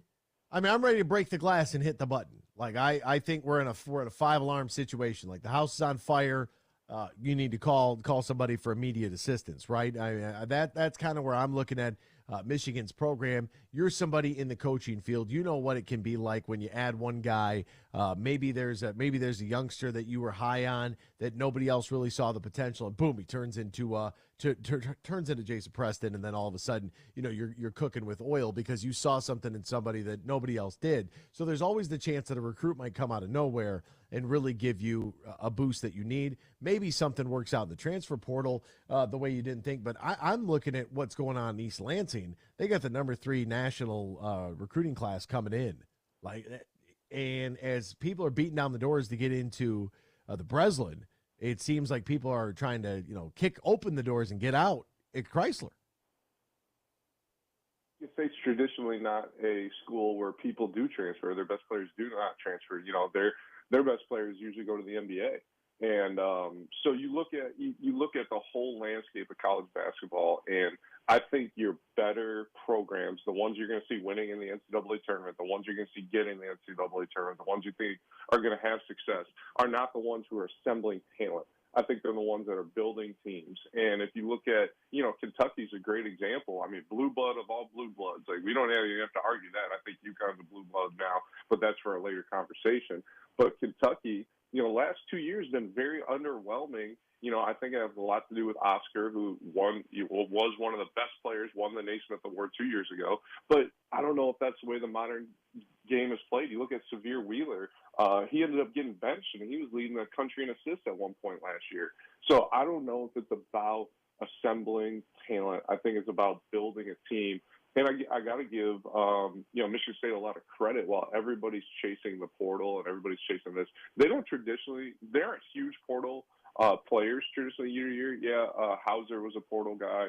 But if you look at it, they're saying, okay, everybody's going to chase the portal and transfers and saving those scholarships for that. We're going to assemble some of the best players in the country. And, Coach Izzo and his staff has always been great at building teams throughout a year, throughout a roster and all that. So I think that's where you're going to see your better teams and cream kind of rise to the top. That's my biggest concern. That's honestly my biggest concern, because I like the way that you worded that, like acquiring talent. Where you can go out and get every, 5-star super senior, guy's got a 99.8 rating on, Caleb Houston was the highest ranked recruit in Michigan basketball history, according to 24/7 Sports, right? I'm sorry if I didn't think that guy blew the doors off me, right? Here's somebody that did, Jaden Ivey, right? Jaden Ivey, watching him in person, I'm like, oh my God, everybody get out of his way. Get out of his way and let him cook, as the kids like to say, right? And this idea that you're just going to go out and get this 5-star, this one and done, add this guy in the portal. Like, you got to build a program from the ground up. Like, you have to be able to recruit every position, and then the next class, you have to be able to bring in depth for those guys that have a year under their belt, so that when those guys that with that year under their belt are juniors and seniors, you've got your next sophomores and juniors, your next freshmen and sophomores coming up the pipeline that understand the program. They can walk into practice. They already know the expectation. They can help lead the younger guys. You can't have a bunch of 18-year-olds out here running around that are uber talented, because it's not going to work. They don't know how to win. 3-year-olds, because everybody else is doing it the other way. And in that utopian society where you build a team that way, that would be great, and that is ideal, and I think that's how everybody would like to do it. But at the end of the day, if you get that said freshman or sophomore, especially at the mid-major level, who's more talented, and sticking out in a good way with his talent, then you're at risk of them transferring to a high major and, testing free agency, putting your toe in the water. And you guys got poached a couple of times this past year. And it works just the same way with high major, because if those guys are too good, like a la Jet Howard, you're not getting them back for another year, because he's going to the NBA, right? Kobe Buffkin made a huge sophomore jump, so he's going to the NBA. And then guess what? If you're not that good, then you're going to transfer from a mid-major to go somewhere and play, because you weren't playing. If you're not that good, then you're going to transfer from a high major to go somewhere and play, because you're not playing. So that's the very tricky part about navigating this atmosphere. I think the great coaches have a solid base of homegrown guys. Now it sounds like baseball, where they're going through single A, triple A. But you got your freshmen that you recruited, that you build your culture with, and then you instill one or two key pieces who can, and let's be honest, a lot of guys transfer for a reason. That's something, that we always say, because they're transferring for a reason. And now, is it their fault it didn't work out at the previous school, or is it the coach's fault? Well, the coach is always going to blame the kid when they transfer. The kid's always going to blame the school. So now you might be getting somebody where you thought you were getting, this kid's a 15-point scorer. Well, maybe that's 15 points on a bad team, and bad teams have leading scorers too. So now you have to instill a winning culture in him and break some of these habits. So it's not always as easy as it sounds, and it's not always going to be perfect. But at the end of the day, I'll stand by it, man. The best coaches, the programs that are going to rise to the top are the ones that are going to be building teams, not just assembling talent. Hey, Coach Barlow, how do we go about in what would you like to see in your perfect utopian world? I love that. I love that theory. Right, it makes me feel like watching the film Avatar, and Juwan Howard walks into the scene, but he's all blue. You know what I mean? He's got like national championship rings everywhere. All of a sudden, Michigan's UConn. but in all honesty, if you could fix it, maybe you like it the way it is. Maybe you don't like it the way it is. If you could have the opportunity to put Coach Barlow's like pixie dust on this thing and fix this transfer portal thing, how would you go about doing it? The transfer portal, I think you should be allowed to one-time transfer. I think every other sport, the NCAA pretty much has it, so I think you should be allowed to do it. So I think that's pretty simple. Now, when you get into the ability to transfer twice because of a waiver, every waiver is going to be approved, because the NCAA doesn't want to say, well, you put two buzzwords, and I think we all know what these buzzwords are, on your waiver, and now we can't deny it. Otherwise, we're at risk of being sued. So that's where it's like, okay, the 2-time, 3-time transfer, now we're getting a little ridiculous with it, right? And with the NIL, I think there just needs to be more transparency and more back to the original meaning, more policing of it. Like you said, like we're talking about name, image, and likeness. You should be able to capitalize off your name, image, and likeness. If you look at somebody like Olivia Dunn, the LSU Instagram influencer, right? She can make a lot. She does make a lot of money off of her Instagram. That's her brand. She deserves that. But now you're talking pay to play. You're talking about cash offers who are funneled through, collectives. Like that's not the point of NIL, right?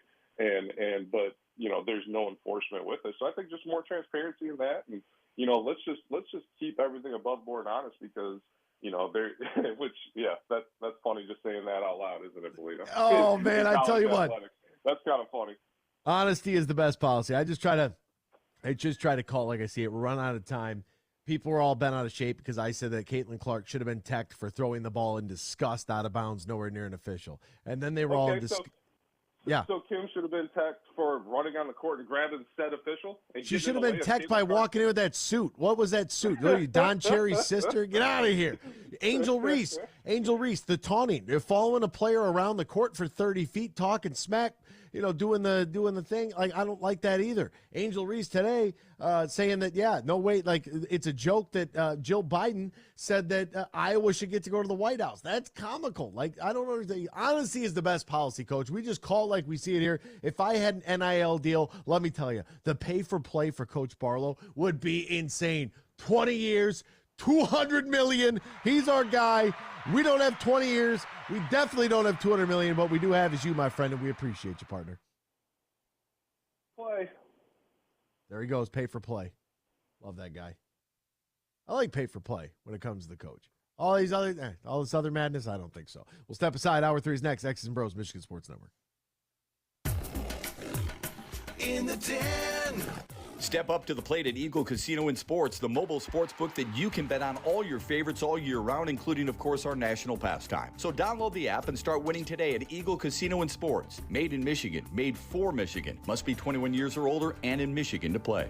The Tigers notched their first win of the season against the defending world champion Houston Astros Monday night behind clutch home runs from Riley Green and Matt Vierling and an outstanding pitching performance, especially from Mason Englert out of the bullpen.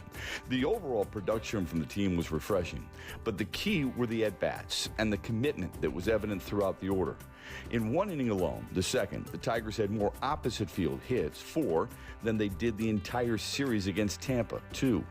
It's that approach from spring training that made us all so hopeful on the year and will be needed this season to make it a full success.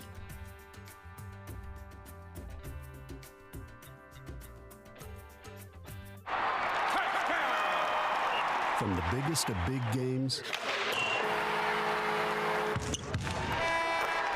to the littlest of the little. There you go! No, first base! Go, run! Whenever you shop Meijer, you help support hundreds of local sports teams across the Midwest.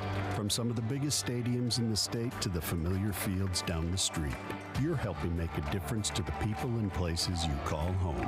Learn more at Meijer.com/community. Imagine this, winning big at Soaring Eagle. Spin the money wheel and win up to $100,000 cash every Saturday in April from 5 to 11 p.m. One winner each hour will spin for the win and take home up to $100,000. Whirl in for $100,000 Money Wheel. Only at Soaring Eagle Casino and Resort. Your getaway reimagined. Visit SoaringEagleCasino.com for complete rules and details. We might have just come out with our most refreshing Michelob Ultra Organic Seltzer yet. It's called the Essential Collection. It's made with coconut water and real fruit juice, so it's always going to have a real refreshing fruit taste. Can refreshing get any more refreshing? Yep, it can, and it just did. Michelob Ultra Organic Seltzer, made with coconut water and real fruit juice for a superior taste. It's only worth it if you enjoy it. Enjoy responsibly. Anheuser-Busch Michelob Ultra Organic Seltzer, IRC Beer, St. Louis, Missouri.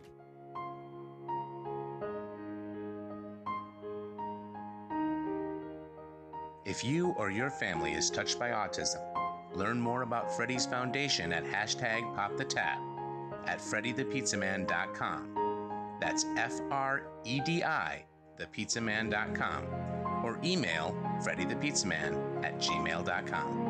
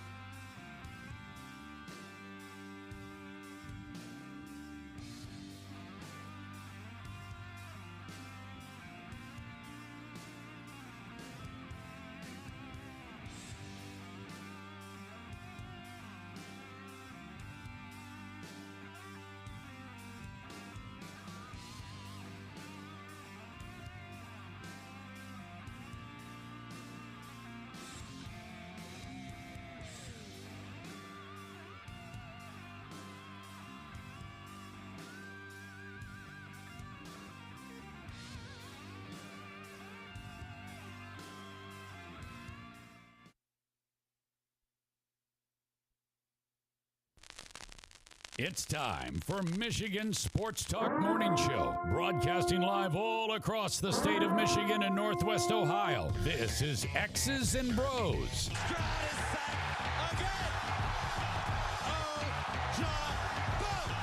Swings it out to Sadiq Bey. Defended in the corner. To Abdul-Rahman at midcourt. Extra pass. And it goes for the win. The three-pointer by Jordan Poole. Here's the give. Walker. Kenneth Walker. Touchdown. Smarty. Goff's got it. Back. Looks. Throws. Ends up. Yes. Caught. Touchdown to Cornelius. They did it. Amon-Ra St. Brown in the receiving end.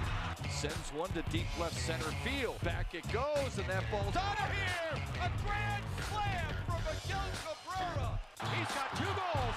Larkin in on goal. Scores! His first career hat trick in his 7th season for Dylan Larkin. Here's your host, Anthony Bellino. Hold on to your butts, folks. I can't believe what I just read on Twitter. I can't believe this. I am outraged with all outrage. Our afternoon show host, Bill Simonson, the huge one himself, just tweeted 25 minutes ago on April 4th, in the year of our Lord 2023, at 7:36 in the morning. LSU can go as champions. Iowa does a separate visit. It's really simple to figure out. Tigers honored as the best in NCAA women's basketball. Caitlin Clark and her team recognized for the impact they had this year, bringing interest. Absolutely not. I am flabbergasted at this take. I told him. I just tweeted back to him. I am shocked. Huge has gone down this path. Shocked. You have to agree that the audience would have been, I dare to say a third of what it was, if not for Caitlin Clark. Participation in playing well isn't good enough. If it was, they would have won the game. If Iowa would have won that game, nobody said, oh, I think LSU needs to go to the White House, too. Nobody would have said that. This is preposterous. What are we doing? This is preposterous. You can't lose and go to the White House. The Eagles played well. They get to go to the White House, too. No. You don't go unless you win. I'm outraged. I don't get outraged about much, but coming from huge, I told him. I said 248-951-2176, 248-951-2176. You better explain yourself. Let's get to Freddie, who's on hold. Freddie, good morning to you. How are you, partner? You play to win the game. Thank you, Herm. Thank you, Herm. See, now I know a lot of your listeners and callers don't agree with me, like I really care, but no big deal. But I always say, Anthony Bellino, you're the star of this network. How many times I got to tell you, you're the star of this network? See, that's why. What do you pay attention to a tweet like that for? You're the star. You are the shooting star. That, when you look up, when you got a girl in your arms, you look up, there's a shooting star. That's you, Bellino. Don't worry about that kind of stuff. I have to worry. I put the uck in ground chuck, if you know what I mean. Absolutely. And we had a good discussion the other day about baseball. I don't want to bore the people, but I learned there was a steak called baseball steak, right? That's right. Is that right? Yep, baseball steak. Yeah, so then we had a fun discussion about that. That was fun. Well, I'm glad Freddie brought this to my attention too, because people see things on the Food Network, and then they all of a sudden they think they're Gordon Ramsay, right? And I appreciate it. You want to try new things, that's great. A customer comes in, I need a brisket. Okay, well, we have the nose-on brisket, which is the big, the whole, make your arm into a flex, make your arm into like you're flexing your bicep. It's going to be all of that thing, like your shoulder. It's huge, right? Unless you got small arms, and that's a bad example. Or you have the flat, which doesn't have the nose. So we're trying to explain it to her. So the recipe just said a whole brisket. And I was like, well, this is a brisket flat. Like, this is what it is. Like, this, well, is that, I was like, well, how many people are you feeding? Then you got to go down those roads. If you don't know, Google it. I don't know what to tell you, but these people, so you bring this to my attention. That way I know somebody comes in, they want to throw a no-hitter at the dinner party by breaking out the baseball steak. We got to know we got to know what's going on. We got to keep up with the trends. Tomahawk steak, all of a sudden people want to buy tomahawk steak. So, I can't have it that thick. Well, then you just get a bone and ribeye. You're buying all this bone. You want this bone or not? That's why I reach out to you right away. I got it. The only guy I know, the best butcher in the area is Anthony Bellino. Oh, what a guy! Danny's Fine Foods. But listen, so real quick, and I'm not gonna stay on long because I heard the other phone ring, and I'm sure I know who it is. But I'm just having fun here, okay? Because the draft is coming, and this is really, honestly, in this town, it's the only thing we got to look forward to. I mean, thank goodness for the Tigers yesterday. That was fun. Start getting the haters off Twitter a little bit now. It was a good little win, and that Behrling, when I tweeted out 3 months ago, Harris won that trade. Man, the people blasted me on Twitter. And look at Gio. What's that guy Soto? What was his name? He got blown up the other day in Philly. I laughed my drawers off, man. And you hater! You don't even know baseball, man. Just shut up. But anyways, I got an idea for you. Okay, in the upcoming weeks, you should have a draft show, maybe a week. Callers can call in and talk draft or make their picks. Maybe your fall 32 picks or whatever. Oh, we're absolutely doing your best pro football focused mock draft. We're absolutely doing that again this year. I love that. I'm going to give you one. Last week I called you and I gave you a fun draft scenario. I'm going to give you another fun draft scenario because this is what we do. We read mock drafts. We have fun. The Lions and the Atlanta Falcons switch spots, 6 and 8. Mm-hmm. Atlanta gives up their second-round pick to us. And I don't even know if they have one, but I'm just going to say they give up their second-round pick. That gives us 3 second-round picks. And then we have 8 and 18. 8, we take Steronski, the offensive tackle. 18, we take Bijan Robinson, the running back. And then in the second round, we take Mozzie Smith. We take the tight end from Georgia, I think Darnell Washington. That big son of a gun? Yes. And then the other pick, we take the cornerback from Michigan, the kid that ran 4.2. I cannot. His name is escaping me right now. He ran the 4.2 in the Combine. In the combine. What's his name again? See, you got me on Gregory Soto, and in the Phillies trade, DJ Turner. DJ Turner. There's what you get in the second round. That's not a bad mock draft right there. I'm just having fun. I'm not endorsing that, but I'm just trying to have some fun because this is the only thing we really got to look forward in this town right now is the draft. To be honest with you, so that's it, Anthony. I keep up the great work. Get off Twitter. Twitter sucks. Have a good day. Danny and Ryan, love you guys. And Ryan, congratulations to you. I saw your post on Instagram the other day. Talk to you guys later. All right. Appreciate it, Freddie. See you, Freddie. What'd you post on Instagram? Did you get an Instagrammy? No, nothing. It's just about the new house. So. Go ahead. Hey, name drop. Who's your realtor? Go ahead. Drop it in there. It was Andy He Dirks. called an MLB player to sell him a house. Unbelievable. Yeah.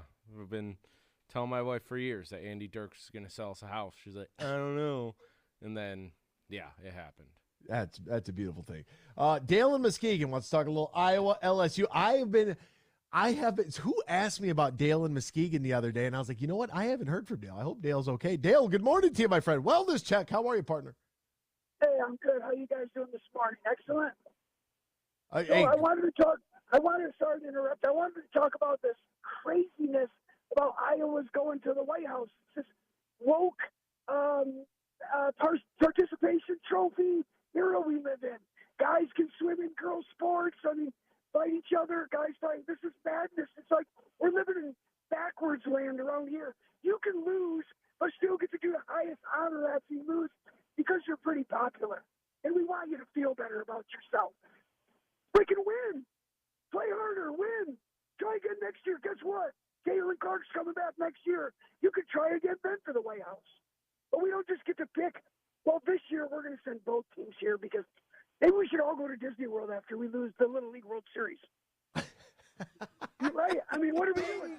We all get trophies now. Listen, I'm all for you. I'm actually my 13-year-old's lacrosse coach, right? I'm all for positive reinforcement, and I'm all for 13-year-olds, you're picking the kids up, right? Tough game after a loss. Let's pick this up and learn from this. Let's not, every game we go get ice cream when we lose. Like, we lost, guys. Let's dust ourselves off, come back again, and play harder and learn from our mistakes. And, at the end of the season, win, lose, or draw, we can all get pizza. At the end Hell of the yeah, season, we'll go to Freddy's and all get hard. pizzas. Hey, Dale, we got to hit the break, my friend. I appreciate the call. You are 138% correct, my friend. We got to get rid of the cream puffs. We got to toughen up, put some hair on our chest, and eat some steak. We'll be back with more X's and Bros after this here on the Michigan Sports Network. From the biggest of big games to the littlest of the little. There you go! No, first base! Go, run! Whenever you shop Meijer, you help support hundreds of local sports teams across the Midwest. From some of the biggest stadiums in the state to the familiar fields down the street, you're helping make a difference to the people and places you call home. Learn more at Meijer.com/community. Imagine this, winning big at Soaring Eagle. Spin the money wheel and win up to $100,000 cash. Every Saturday in April from 5 to 11 p.m. One winner each hour will spin for the win and take home up to $100,000. Whirl in for $100,000 money wheel. Only at Soaring Eagle Casino and Resort. Your getaway reimagined. Visit SoaringEagleCasino.com for complete rules and details. From planting a simple seed to managing a global food supply, growing, processing, and distributing food is the backbone of America. You deal with food safety and labor issues, cost control, and not to mention Mother Nature. But do you have time to explore research development and biotechnical tax credits? Properly administer payroll for temporary employees. Ensure that you're operating at your most profitable? That's where we come in. We're Bean Garter. And while your business is America's food supply, our business is helping you run your business better. We'll assist with tax credits, assess your processes and controls, and so much more. And while we may not be able to help you plant your crops, we can help you realize a rich financial harvest. From the family farm to worldwide distribution of all the things you grow, grow your business better. Experience service, expertise, and simplicity at Bean Garter. Find us online, BeanGarter.com. Bean Garter.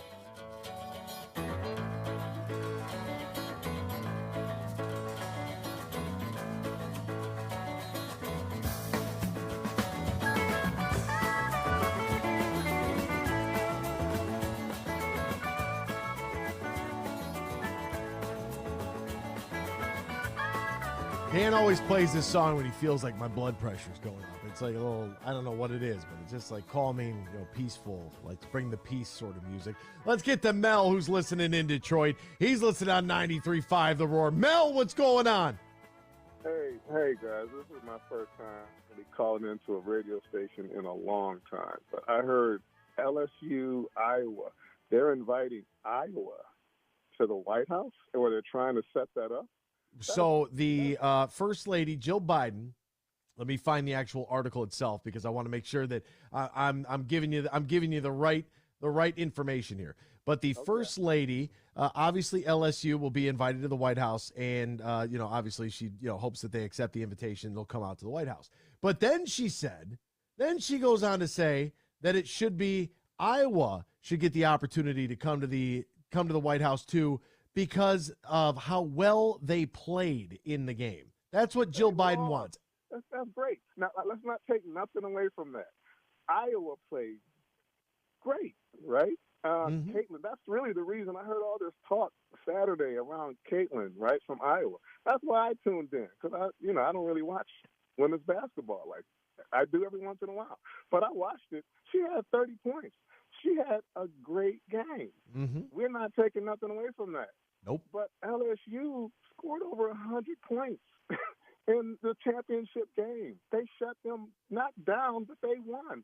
I don't understand. This is crazy to me. Would she have said the same thing if South Carolina would have beat Iowa and then South Carolina and LSU would have been, there for the championship? Bing bong. Exactly, Mel. Here's the direct quote. Quote, I know we'll have the champions come to the White House. We always do. So we hope LSU will come. But, I'm going to tell Joe, I think Iowa should come too because they played such a good game. If Iowa would have won that game, would she have extended an invitation to LSU? Oh, right. When Bird beat Magic, did they extend an invitation to the Lakers when they won the championship, and vice versa? When Magic won the championship, it's just crazy. There's no way that should happen. I'm not saying taking anything away from Iowa. That was a great game. 100% great game. One of the best games I've ever seen, period, guys or girls. But I don't get it. That's not how that's supposed to be. I don't get it. Did Jill Biden say the same thing to the Eagles? Did she invite the Philadelphia Eagles because Jalen Hurts threw for 300 yards and a touchdown? He played so well that, we should bring the losers of the Super Bowl to win. This is asinine is what this is, Mel. This is absolute. This is nuts. This is crazy. This is the dumbest thing I've heard. Hey, look, people were climbing all over me because I didn't like the taunt. I don't mind Angel Reese do it. If she wanted to do the you can't see me while she's walking off the court, if she wants to climb on the scorer's table, if they want to spike a chair at the end of the game, I don't care. The game's over. You won the game. I didn't like the taunt. I thought for sure Caitlin Clark should have been teched in that game. She threw the ball in disgust out of bounds. In what league are they not going to give you a tech for that? And then I saw Angel Reese today. She puts on Twitter, this is a joke about Jill Biden inviting Iowa to the White House. It is a joke. Like, what do you mean? She's absolutely right. This is nuts. And let's remember, these are kids, right, just out of high school, playing a game, emotional, the whole nine. And they talk trash. That's what they do. I don't know what was said between none of the players between Iowa and LSU, but they talk trash. That's part of the game. That's what they do. And for her to do something like that, I don't see anything wrong with it. Nothing wrong. I see people talk about they should have benched her. They should have done this. She would have learned. No, let these girls do what they do as long as it's not hurting anybody and within the context of the game. They played a great game, scored over 100 points, shut down Iowa, and let Jill invite whoever she wants to her house, but there's no way they should both be going. We're gonna have a separate dinner, not at the White House. It's gonna be at Jill's house. And you know what? That's the other thing. You brought it up, and I want to hammer this point home. If you give up 100 points in the championship game, 100 points. You can't go anywhere. You got to go back to the gym and work on your defense. You got to do a little shell defense drills, what you got to do. There you go. Nuts. Mel, man, I appreciate the call this morning. Thank you, my friend. All right, y'all take care. All right, partner. Now, did the Knicks get an invite to the White House after the viral video? I mean, the Knicks did qualify. They clinched a playoff berth. They clinched. Should they get in now? I mean, they got into the playoffs. I hope Joe LeBron's just comes foot back like, no, we ain't doing that. Lock the doors if they show up. LeBron's foot, he tore a tendon. He was going to get surgery. LeBron James, the team is in the 12th seed. They're out of the play-in. And here comes the injury card, right? It's like Uno, right? He's throwing out the left Bauer and Euchre right now. He's like, oh, my foot, I got a tendon. Oh, I heard it pop. Oh, my God. And then his team rallies and gets into the 7th seed. And LeBron James says that the doctors say that it is healed miraculously faster than anything they've ever seen. Dude, you know what I want to say here. GTFOH. You're out of your mind if you think I'm believing that. Let's get to USDA Scott out here defending Huge. You better. Oh, Scott, are you there? Yeah, Huge is my boy for 30-some years. So Huge has been my boy for 30 days. I've been your boy for over a year now, so shut up about that. Listen now, I'm going to say this. I'm only going to say it once. And like you said, this isn't a political show. That is done to stoke that fire some more. So we invite the team that didn't succeed, and look at all the infighting and all this. The people I respect, Patrick Mahomes, Charles Barkley, Shaq, the ones that tweeted about, they said Caitlin Clark is worth the price of admission. Those are black men, and they're stepping up on the right accord. And they don't know her from Adam like you do. I trust what you say. She may not be a very nice person, period. But, this is done. Joe Biden's going to invite them to the White House. They played so well. Who played so well? I mean, you're going to invite... Like you said, the Eagles had that game for most of the game, and now they get an invite because they played so well. No, that doesn't happen.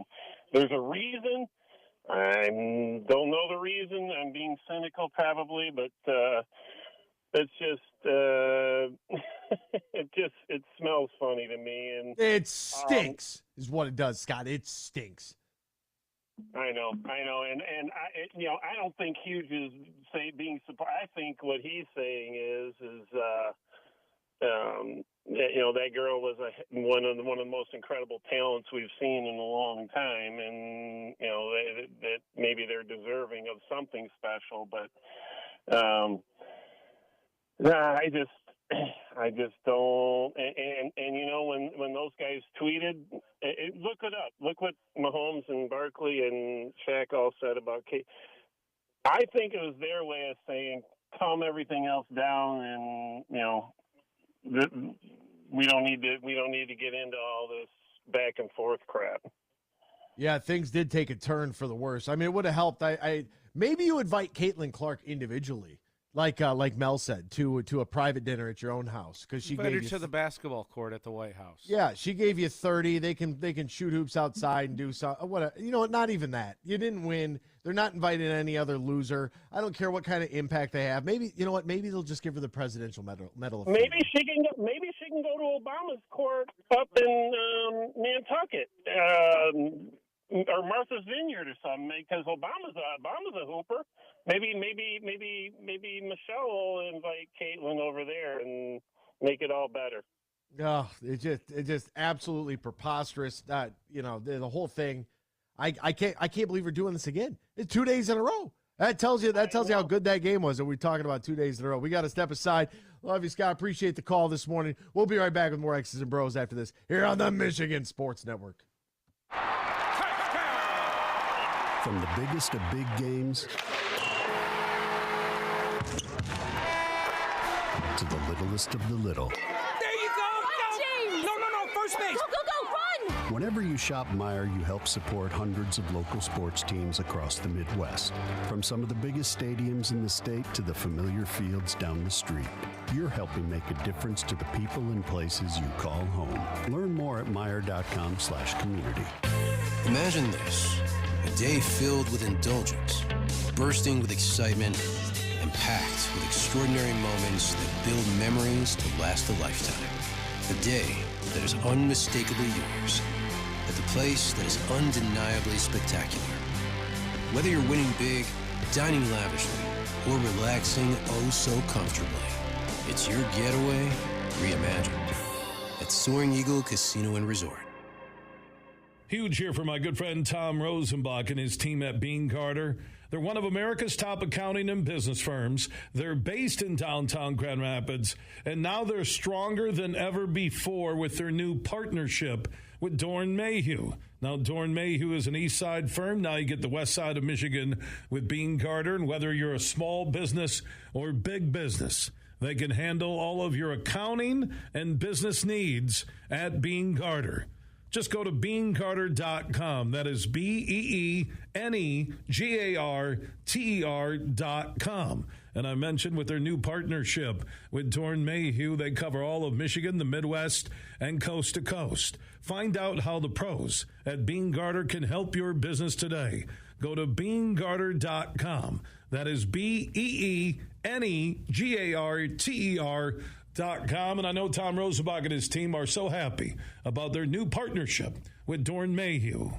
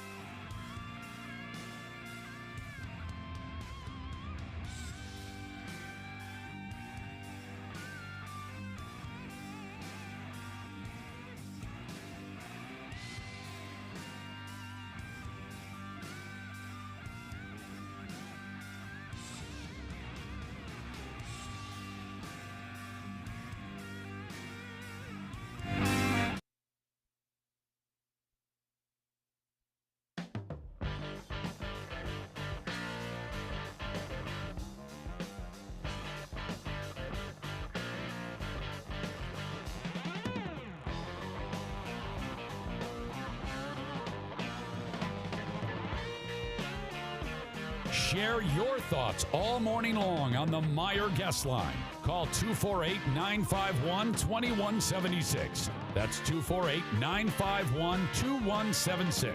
Now, back to Danny, Ryan, and AB. Already let LSU and Iowa ruin your day. Forget about it. Tonight's the Champions Dinner at Augusta National. Looks good to me. 2022 winner. His winter dinner, cheeseburger sliders, Scotty style. Ooh, firecracker shrimp, tortilla soup, Texas ribeye steak, or blackened redfish. Warm chocolate chip skillet cookie. That sounds good. Look, Terry, Give me about 3 of those. No one could ruin my day, Terry. No one.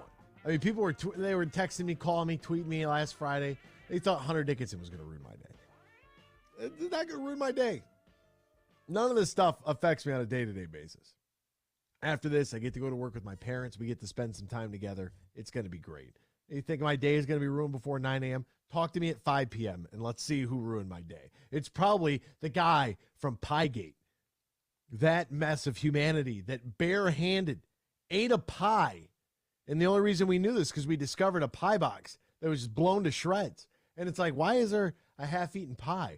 Only to go back to the security cam footage and see this despicable human being eating a pie barehanded and just putting it back on the shelf.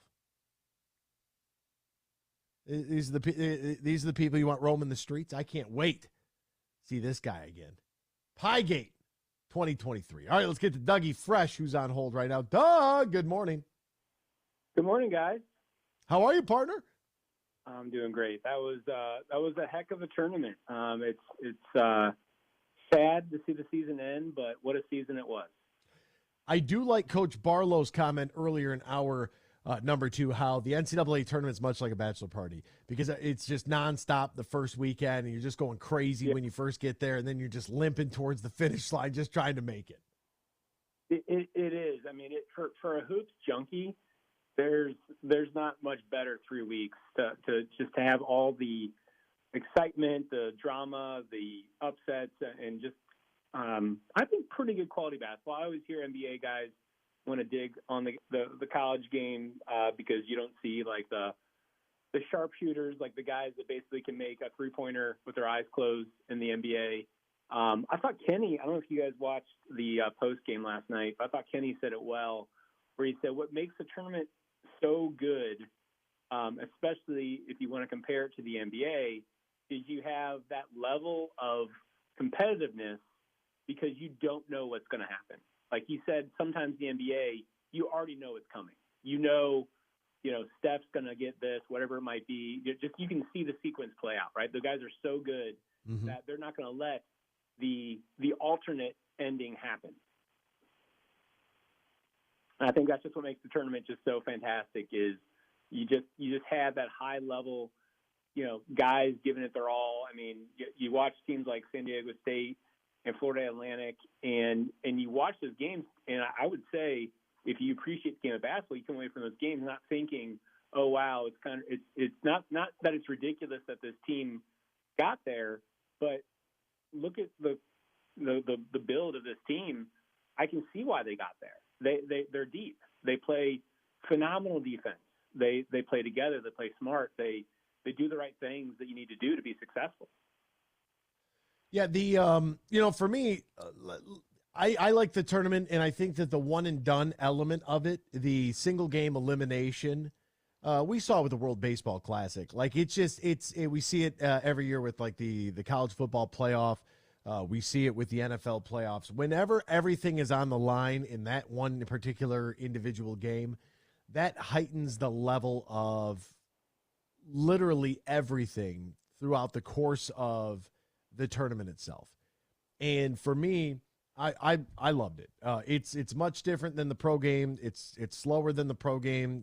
We have less time on the game clock. We have more time on the shot clock. We have a lot more half court set offense than the free flowing, up and down the court professional game. Plus, I mean, professionals, that's their job. Like that's their 9 to 5. You're supposed to be able to shoot better than 33% from 3.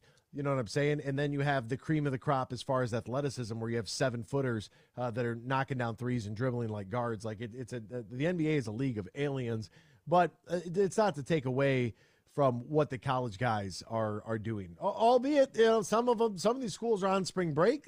What do you do about papers having to be turned in? You know what I'm saying? Like, how do you manage all that nonsense? We ain't here to play no school. Where's Cardale Jones when I need him? We're here for the Final Four, baby. Class is canceled. Everybody's out of here. I think for most schools, probably, deferred, a few weeks, whatever it might be. But credit to a lot of the student athletes. A lot of times, they're squeezing it in right in the weeks. They're doing prep, and they're also getting whatever catch-up work they have to do. It's even more incredible that they do it. They pull it off. You gonna read this report, or are you gonna here's what we're gonna do. Are you gonna go through and read chapter 3, or are you gonna read your scouting report? Come on. Right. Yeah. I don't know how they do it, but I think to a decent degree, I'm not naive, but I think to a decent degree they probably are chipping away, getting stuff done, and you would think they structure it, like you said, spring break's going on, where things can be turned in later. Amen. And they all got to have a grace period, because, look, folks, there are millions of people tuning into a math competition here, and I'm all for the student athlete. I used to watch, when we would travel with the team, you'd be on the bus, and like after the game, you get your post game meal.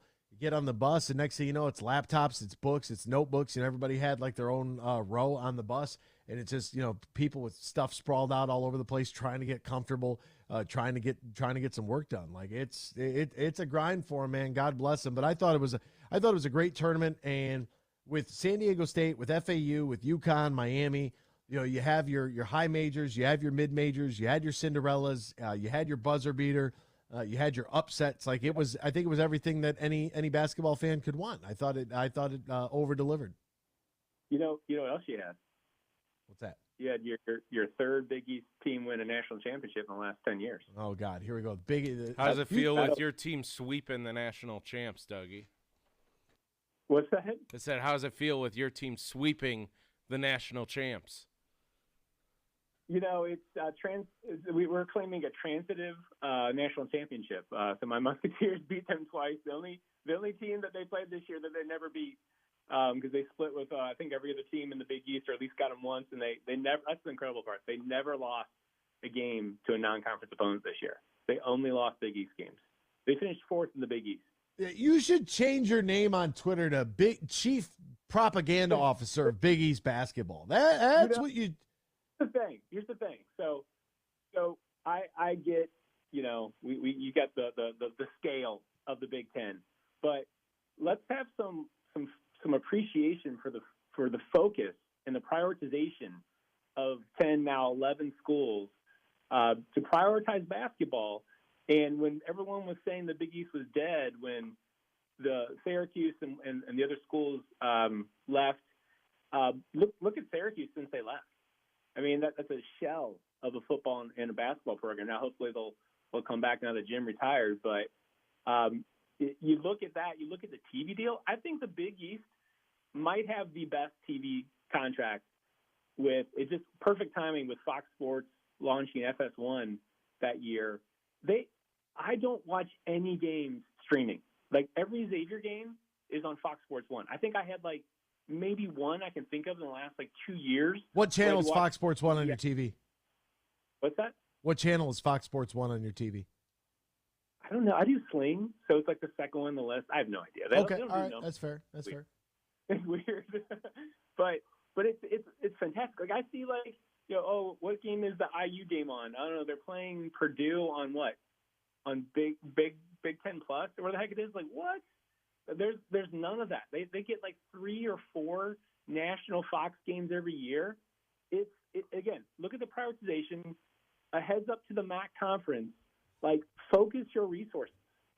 Let's not be everything to everything and sell ourselves out for action.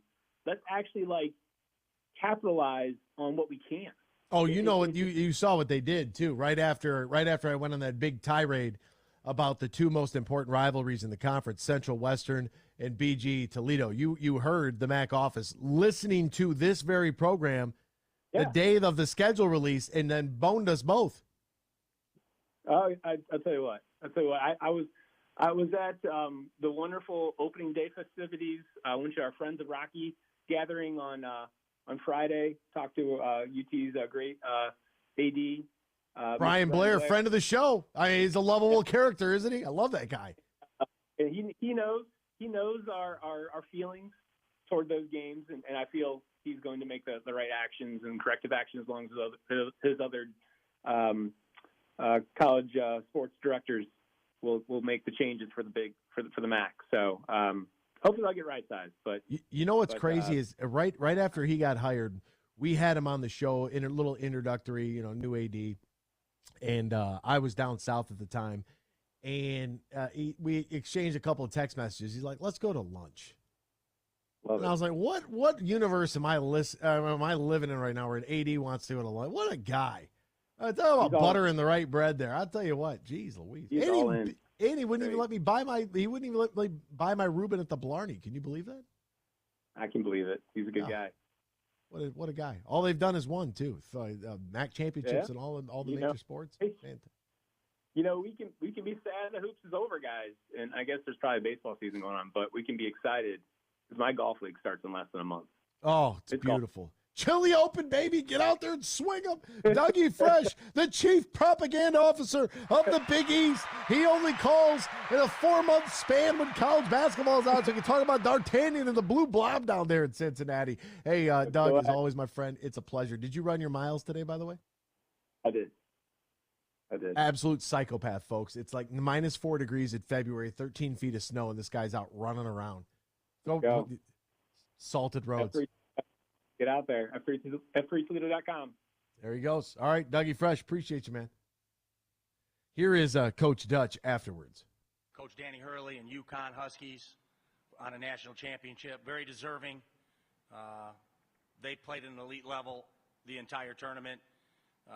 We battled back to 5 in the second half, but gave them too much separation. And we weren't at our best tonight, and we had to be at our best to win the game. And a lot of that has to do with UConn. But I'm proud of our guys. These guys have given me everything they've had. 6 years, 5 years, 5 years, 5 years. These guys are what it's all about. And it's about college athletics. These guys are good people, and they're good students, and they're really good players. So we can feel good about the things we did. And we are. We feel good about the things we did. Disappointed in the loss. But there was a brotherhood in that locker room that'll never be divided by a margin of victory or not winning at all. That brotherhood's going to last a lifetime. I told him that. And I was in there with Juwan Howard, and we were sad many years ago together, too, when I was an assistant coach and he played for us. And he was in here supporting me because that's the kind of brotherhood that we all have and will continue to have. So I'm proud of these guys. Coach Dutch, my guy, Mr. Moose, was out there. He's the spotter for Michigan football. I sent him a video. I said, Mr. Moose, Moose Ridge Golf Course. I said, Mr. Moose, where are you? He's like, I'm in the Final Four supporting Dutch. What are you doing? I said, I'm doing a spring game, Mr. Moose. Get your rear end back over here. Let's get to Danny and Brighton, who's on hold right now. Danny, good morning to you, my friend. How are you? Antonio, apparently it's a Big East day in the neighborhood. What are you spewing here, Big East? Well, I was just listening to Dougie Fresh just doing all, his Big East love fest, and rightfully so. And one of the things that I kind of wanted to mention is the Big East actually, I guess stayed in their own lane. They understood this is who we are and this is who we're not. We are not a football conference. We're not. Why should we even pretend? So let's get basketball schools that play basketball, and let's be really good in basketball, and let's make a name for themselves, and they did that. I told Ryan I picked the Big East Conference to win it. I just picked the wrong team. I picked the conference champion. What a stupid thing that was. But that just tells you what a good conference that was. I mean, it really was. And it also tells you when you look at, like, our beloved Big Ten, we just know. Just no. And I'm curious, I'm going to veer off a little bit. What do you think right now about the situation at Michigan with a lot of transfers? I mean, the one alarming stat I saw was they had like 6 or 7 players from the 21 class, and there's one left. And that's Will Shetter. What are your thoughts? So, the long and short of it is disappointed and concerned. Those would be the two words. I'm disappointed with the outcome and the product that we had this year. There were times, the Penn State game I look back at, and there are other times where I look back and I'm questioning this team's heart. Central Michigan, obviously, you weren't ready to play. And I look back at times where it was guys like Kobe Buffkin leading the charge, diving on the floor for loose balls. And I think that when you lose a player of Kobe's value, that's not replaceable. And, him going to the NBA is one thing. Jet going to the NBA, I mean, he's a shooter anyways, not a creator. So I don't know if having the ball in his hands, the usage rate should have been there, if they should have used him more in a role like how we kind of envisioned Joey Baker being. Hunter Dickinson leaving, that is damaging to the program. Whether this is an NIL kind of free agency, let's probe the market and see what we can get out there, or he's like, hey, I want to win, and I got to find some place to do it. That hurts worse. Because the NIL thing, like, you want to go to probe around and see if you can make more money, I'm sure Michigan could find a way to match because we're pay for play. We're not, I mean, this whole NIL thing is a farce to begin with. But I think it looks bad. The amount of guys that have left this program over the last couple of years, the fact that you were trying to bring in, transfer after transfer on the graduate side that are going to be one and done because of, how they are, with their eligibility to begin with, that's not good. You have to be able to build the program, and they're in trouble, Danny. They are in trouble. Like this very, everybody's quick to applaud when things are going well. Who's holding fast when stuff's hitting the fan? Like, who doesn't hit the panic button? I got the glass open, and I'm ready to hit that button, my friend. Well, same here. And I think the two alarming things, one, you mentioned the whole, not being able to keep kids. That kind of says something. Like, why not? And, when we looked over the last couple of years, I'll say, Juwan's, I'm going to call it his inability to develop a bench, because Michigan never was really deep. And you look at some of these, we'll call them highly touted recruits that never got a chance to play. And my question is, well, why? I mean, if you saw that much talent in them, why? Why didn't they develop? And the other, two things, actually. We've had two really mediocre seasons in a row. Last season kind of got, we'll say, masked by a surprising Sweet 16 run, but it wasn't a good season overall. It just wasn't. And this year was similar. The other thing is the amount of games Michigan lost this year where they had like that 90% chance of winning in the last 2 minutes.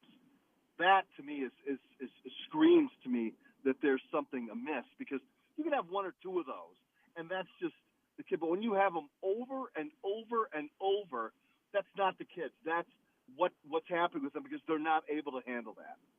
And that's the part where I'm like, I believe there's an issue there, and I don't know how it's going to be resolved. Yeah, it's there's a problem. Thought, man. Yeah. All right, Danny and Brighton, there he goes. That's all for us here today. Tomorrow, Jalen Carter. Tomorrow, the comments from Paul George on Jalen Durd. Don't want to miss it. We'll see you tomorrow. Same time, same place here on the Michigan Sports Network. From the biggest of big games to the littlest of the little. There you go!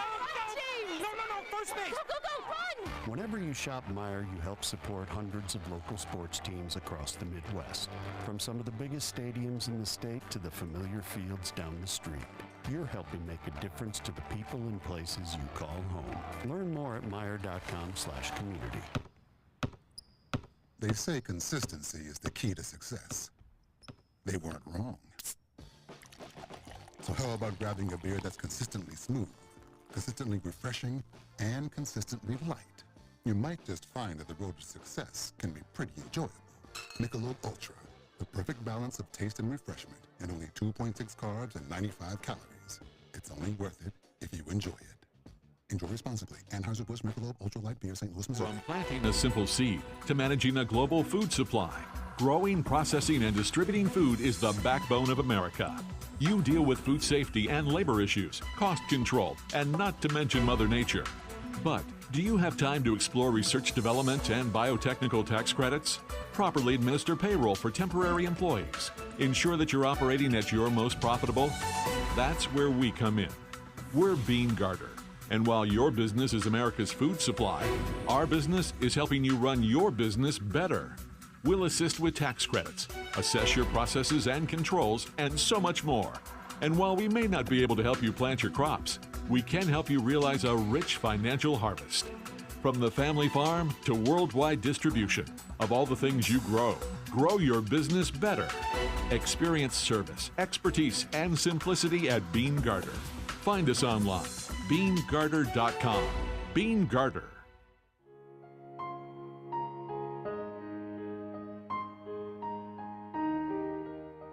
If you or your family is touched by autism, learn more about Freddy's Foundation at #PopTheTap at freddythepizzaman.com. That's FREDI, thepizzaman.com. Or email freddythepizzaman@gmail.com.